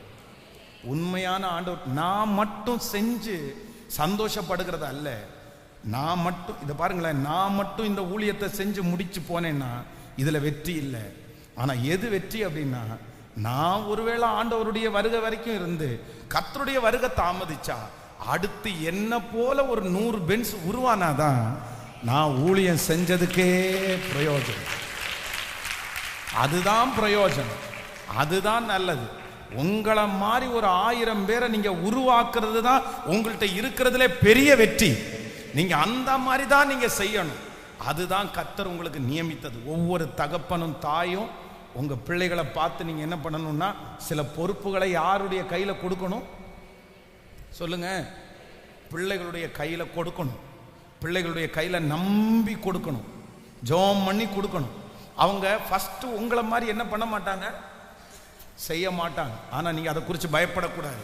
நீங்க என்ன பண்ணணும்னா, பரவாயில்ல நீ போக போக என்ன பண்ணிடுவ, வந்துருவ, நீ சரியாயிருவ அப்படின்னு சொல்லி தாராளமான ஒரு மனசோட, தாராளம், வெறும் வீட்டில் மட்டும் இல்லை, வேலை செய்யற இடத்துலையும் கூட அப்படிதான், தாராளமான ஒரு மனசோட நான் நம்புறேன். கற்றுக் கொடுக்க கற்றுக் கொடுக்க நீங்க குறைஞ்சு போறதில்ல, கற்றுக் கொடுக்க கற்றுக் கொடுக்க நீங்க ஆசிரியர்களாய் மாறுகிறீர்கள், நீங்கள் தலைவர்களாய் மாறுவீர்கள். உங்களுடைய ஸ்தானம் வளருதே தவிர உங்க ஸ்தானம் ஒரு நாள் என்ன பண்ணாதுன்னா குறையவே குறையாது. ஹல்லேலூயா. கர்த்தாவே என்ன முடமாயிடக்கூடாது. எதுல முடமாயிடக்கூடாது அப்படின்னு சொன்னா, எனக்கு பின்னாடி வந்தவங்க எல்லாம் ஜெயிக்கும் போது என்னோட வயது குறைந்தவர்கள் ஜெயிக்கும் போது, என்னை சுற்றி இருக்கிற பலர் ஜெயிக்கும் போது அதை பார்த்து நான் முடமாகாதபடி கர்த்தர் என்னை கிருபையாய் காப்பாற்றுகிறவர். கைகளை எல்லாரும் உயர்த்தி என்னை கைதூக்கி எடுக்கிற கர்த்தர் என்னோடு கூட இருக்கிறார். என்னை கைதூக்கி எடுக்கிற தேவன் என்னோடு கூட இருக்கிறார். அவர் என்னுடைய முடத்தன்மை எல்லாம் மாற்றி என்னை நிமிர்ந்து நடக்க பண்ணுகிறதற்கு கர்த்தர் வல்லவராயிருக்கிறார். கர்த்தர் என்னை நிமிர்ந்து நடக்க பண்ணுகிறதற்கு கர்த்தர் வல்லவராயிருக்கிறார். என்னை தட்டி எழுப்புகிற தேவன். ஆண்டவரே, என்னுடைய தூசியை உதறி விட்டு என்னை எழும்பி நிற்க பண்ணுகிற தேவன். ஆமேன். எனக்கு அவர் பலமுள்ள ஆவி அவர் தந்திருக்கிறார். ஆமேன். அவரால் நான் ஒரு சேனைக்குள் பாய்வேன். என் தேவனால் எந்த மதிலையும் நான் தாண்டுவேன். Thank you Jesus. அவர் என் கால்களை மான் கால்களை போலாக்கி என்னை உயர் ஸ்தலங்களிலே நிற்க பண்ணுகிறதற்கு கர்த்தர் நல்லவர். எதுவும் என்னை கட்டி போட முடியாது. எதுவும் என்னை கட்டி போட முடியாது. எந்த காரியத்தையும் கட்டி போடுவதற்கு ஆண்டவர் அனுமதிக்கவே மாட்டார். ஹல்லேலூயா. அப்படியே எழும்பி நிற்கலாமா எல்லாரும்? ஆமென். தூசியை உதறிவிட்டு எழும்பு. தூசியை உதறிவிட்டு எழும்பு. ஹல்லேலூயா. பிசாசு நம்மை கட்டி போடுகிறவன். பிசாசு நமக்கு முடத்தன்மையை கொடுக்கிறவன். பிசாசு நம்மளை எழும்ப விடாமல் செய்ய பண்ண வேண்டும் என்று நினைக்கிறவன் பிசாசு. ஆனா கர்த்தர் அப்படி அல்ல. ஆண்டவர் அப்படி அல்ல. நம்மை பலப்படுத்தி நமக்கு சத்துவத்தை கொடுத்து நம்ம எந்த விதத்திலும் கட்டப்படாம நம்மளை உழைக்க பண்ணுகிறவர், ஓட பண்ணுகிறவர் கர்த்தரா இருக்கிறார். ஹல்லேலூயா. எந்த இடத்துலையும் நம்ம தேங்கி நிற்கிறதற்காக அழைக்கப்பட்டவர்கள் அல்ல. எந்த தடைக்கற்களை வச்சிருந்தாலும் எல்லாத்தையும் நம்ம தாண்டி தாண்டி தாண்டி நம்ம அதெல்லாத்தையும் முறியடிச்சிட்டு ஒரு பெரிய வெற்றியை அடைவதற்கு கர்த்தர் நம்மை கிருபையாய் கர்த்தர் நடத்தி இருக்கிறார். ஹல்லேலூயா. எந்த சூழ்நிலை வந்தாலும் என்ன முடமா படுக்க வைக்கிறதற்கு முடியாது. ஹல்லேலூயா. என்னுடைய மனசளவில் நான் என்ன ஆக மாட்டேன்னா, நான் முடமாக மாட்டேன். எத்தனை பேர் ஆமோதிக்கிறீர்கள்?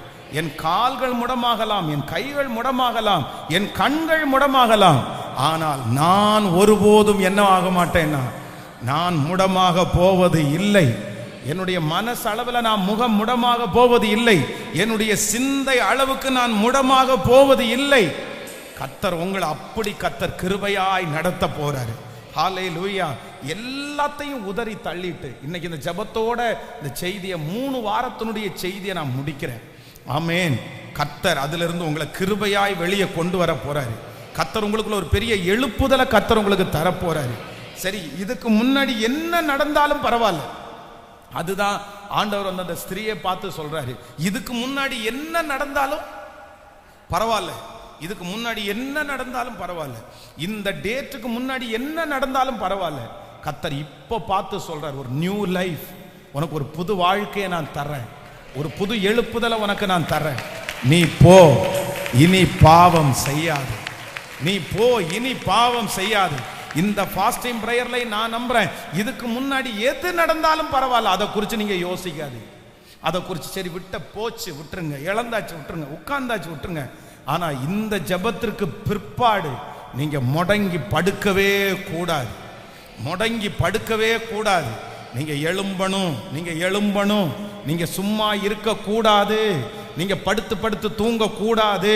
நீங்க போய் ஒரு இடத்துல உட்கார்ந்து யோசிச்சுட்டே இருக்க கூடாது. நீங்க சோம்பேறித்தனமா வீட்டுல உட்கார்ந்துட்டே இருக்க கூடாது. கர்த்தர் உங்களை ஒரு பெரிய காரியத்திற்காக ஆண்டவர் உங்களை நம்புறாரு. ஆண்டவர் ஒரு பெரிய விஷனை கர்த்தர் உங்க மேல வச்சிருக்கிறாரு. நீங்க பெரிய காரியம் செய்யும்படியாய் அழைக்கப்பட்டவர்கள் தான், அதுல சந்தேகமே இல்லை. ஆமென். 2 கைகளை உயர்த்தி, ஆமென். கணவனாரால, மனைவியினால, சுற்றி இருக்கிற சூழ்நிலையினால, பாஸ்டர் நான் தான் இந்த 3 வாரமா நான் ஜெபிக்கிறேன். உண்மையிலே அப்படிதான். நான் எப்படியோ ஆரம்பிச்சேன் பாஸ்டர், எப்படியோ ஆரம்பிச்சேன். நான் இருந்த வேகத்திற்கு அளவே இல்லை. நான் சின்ன வயசுல எவ்வளவு வேகமா இருந்தேன் தெரியுமா? இந்த திருமணம் ஆகிறதுக்கு முன்னாடி எவ்வளவு வேகமா இருந்தேன் தெரியுமா? இந்த பிள்ளையை பெற்றெடுக்கிறதுக்கு முன்னாடி எவ்வளவு வேகமா இருந்தேன் தெரியுமா? ஆனா இப்ப எனக்கு எல்லாமே போயிருச்சு.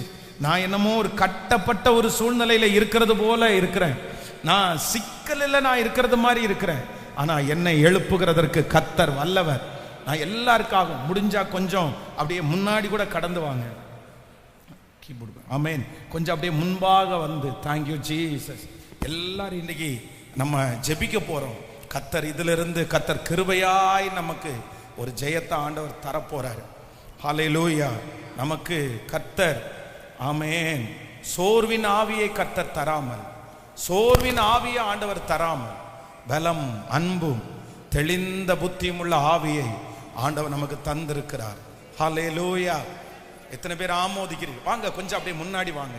உங்க எல்லாருக்காக இன்னைக்கு ஸ்பெஷலா ஒரு ஜெபம் பண்ணி இந்த செய்தியை முடிக்கிறதுக்கு முன்னாடி கர்த்தர் உங்களை நிறைய பேரை கர்த்தர் தட்டி எழுப்பணும். நீங்க மறுபடியும் அந்த வியாபாரத்தை நீங்க தொடங்கணும். நீங்க மறுபடியும் அந்த ஜெபத்தை நீங்க ஆரம்பிக்கணும். நீங்க மறுபடியும் அந்த வேத வசனத்தை நீங்க ஆரம்பிக்கணும். நீங்க மறுபடியும் அந்த முழங்கால நின்று ஜெபம் பண்ண ஆரம்பிக்கணும். மறுபடியும் ஆண்டவர் உங்களை கனப்படுத்தணும். ஹல்லேலூயா. நீங்க எவ்வளவு தூரம் போனாலும் ஆண்டவர் நிச்சயமா உங்களை விட மாட்டாருன்னு எனக்கு தெரியும். கர்த்தர் உங்களை விட மாட்டார். கர்த்தர் உங்களை விட மாட்டார். ஹல்லேலூயா. கண்களை திறந்து பாருங்கள். இந்த ஜெபத்தை ஆண்டவர் எதற்காக வச்சிருக்கிறார் அப்படின்னு சொன்னா, கண்டிப்பா நம்மளை எழுப்புகிறதற்காக தான் ஆண்டவர் வச்சிருக்கிறார். ஹல்லேலூயா. ஆண்டவருக்கு எப்பவுமே ஒரு மாணிக்கம், ஒரு விலையேற பெற்ற கல்லு புதஞ்சு கிடக்கிறத ஆண்டவர் விரும்ப மாட்டார்.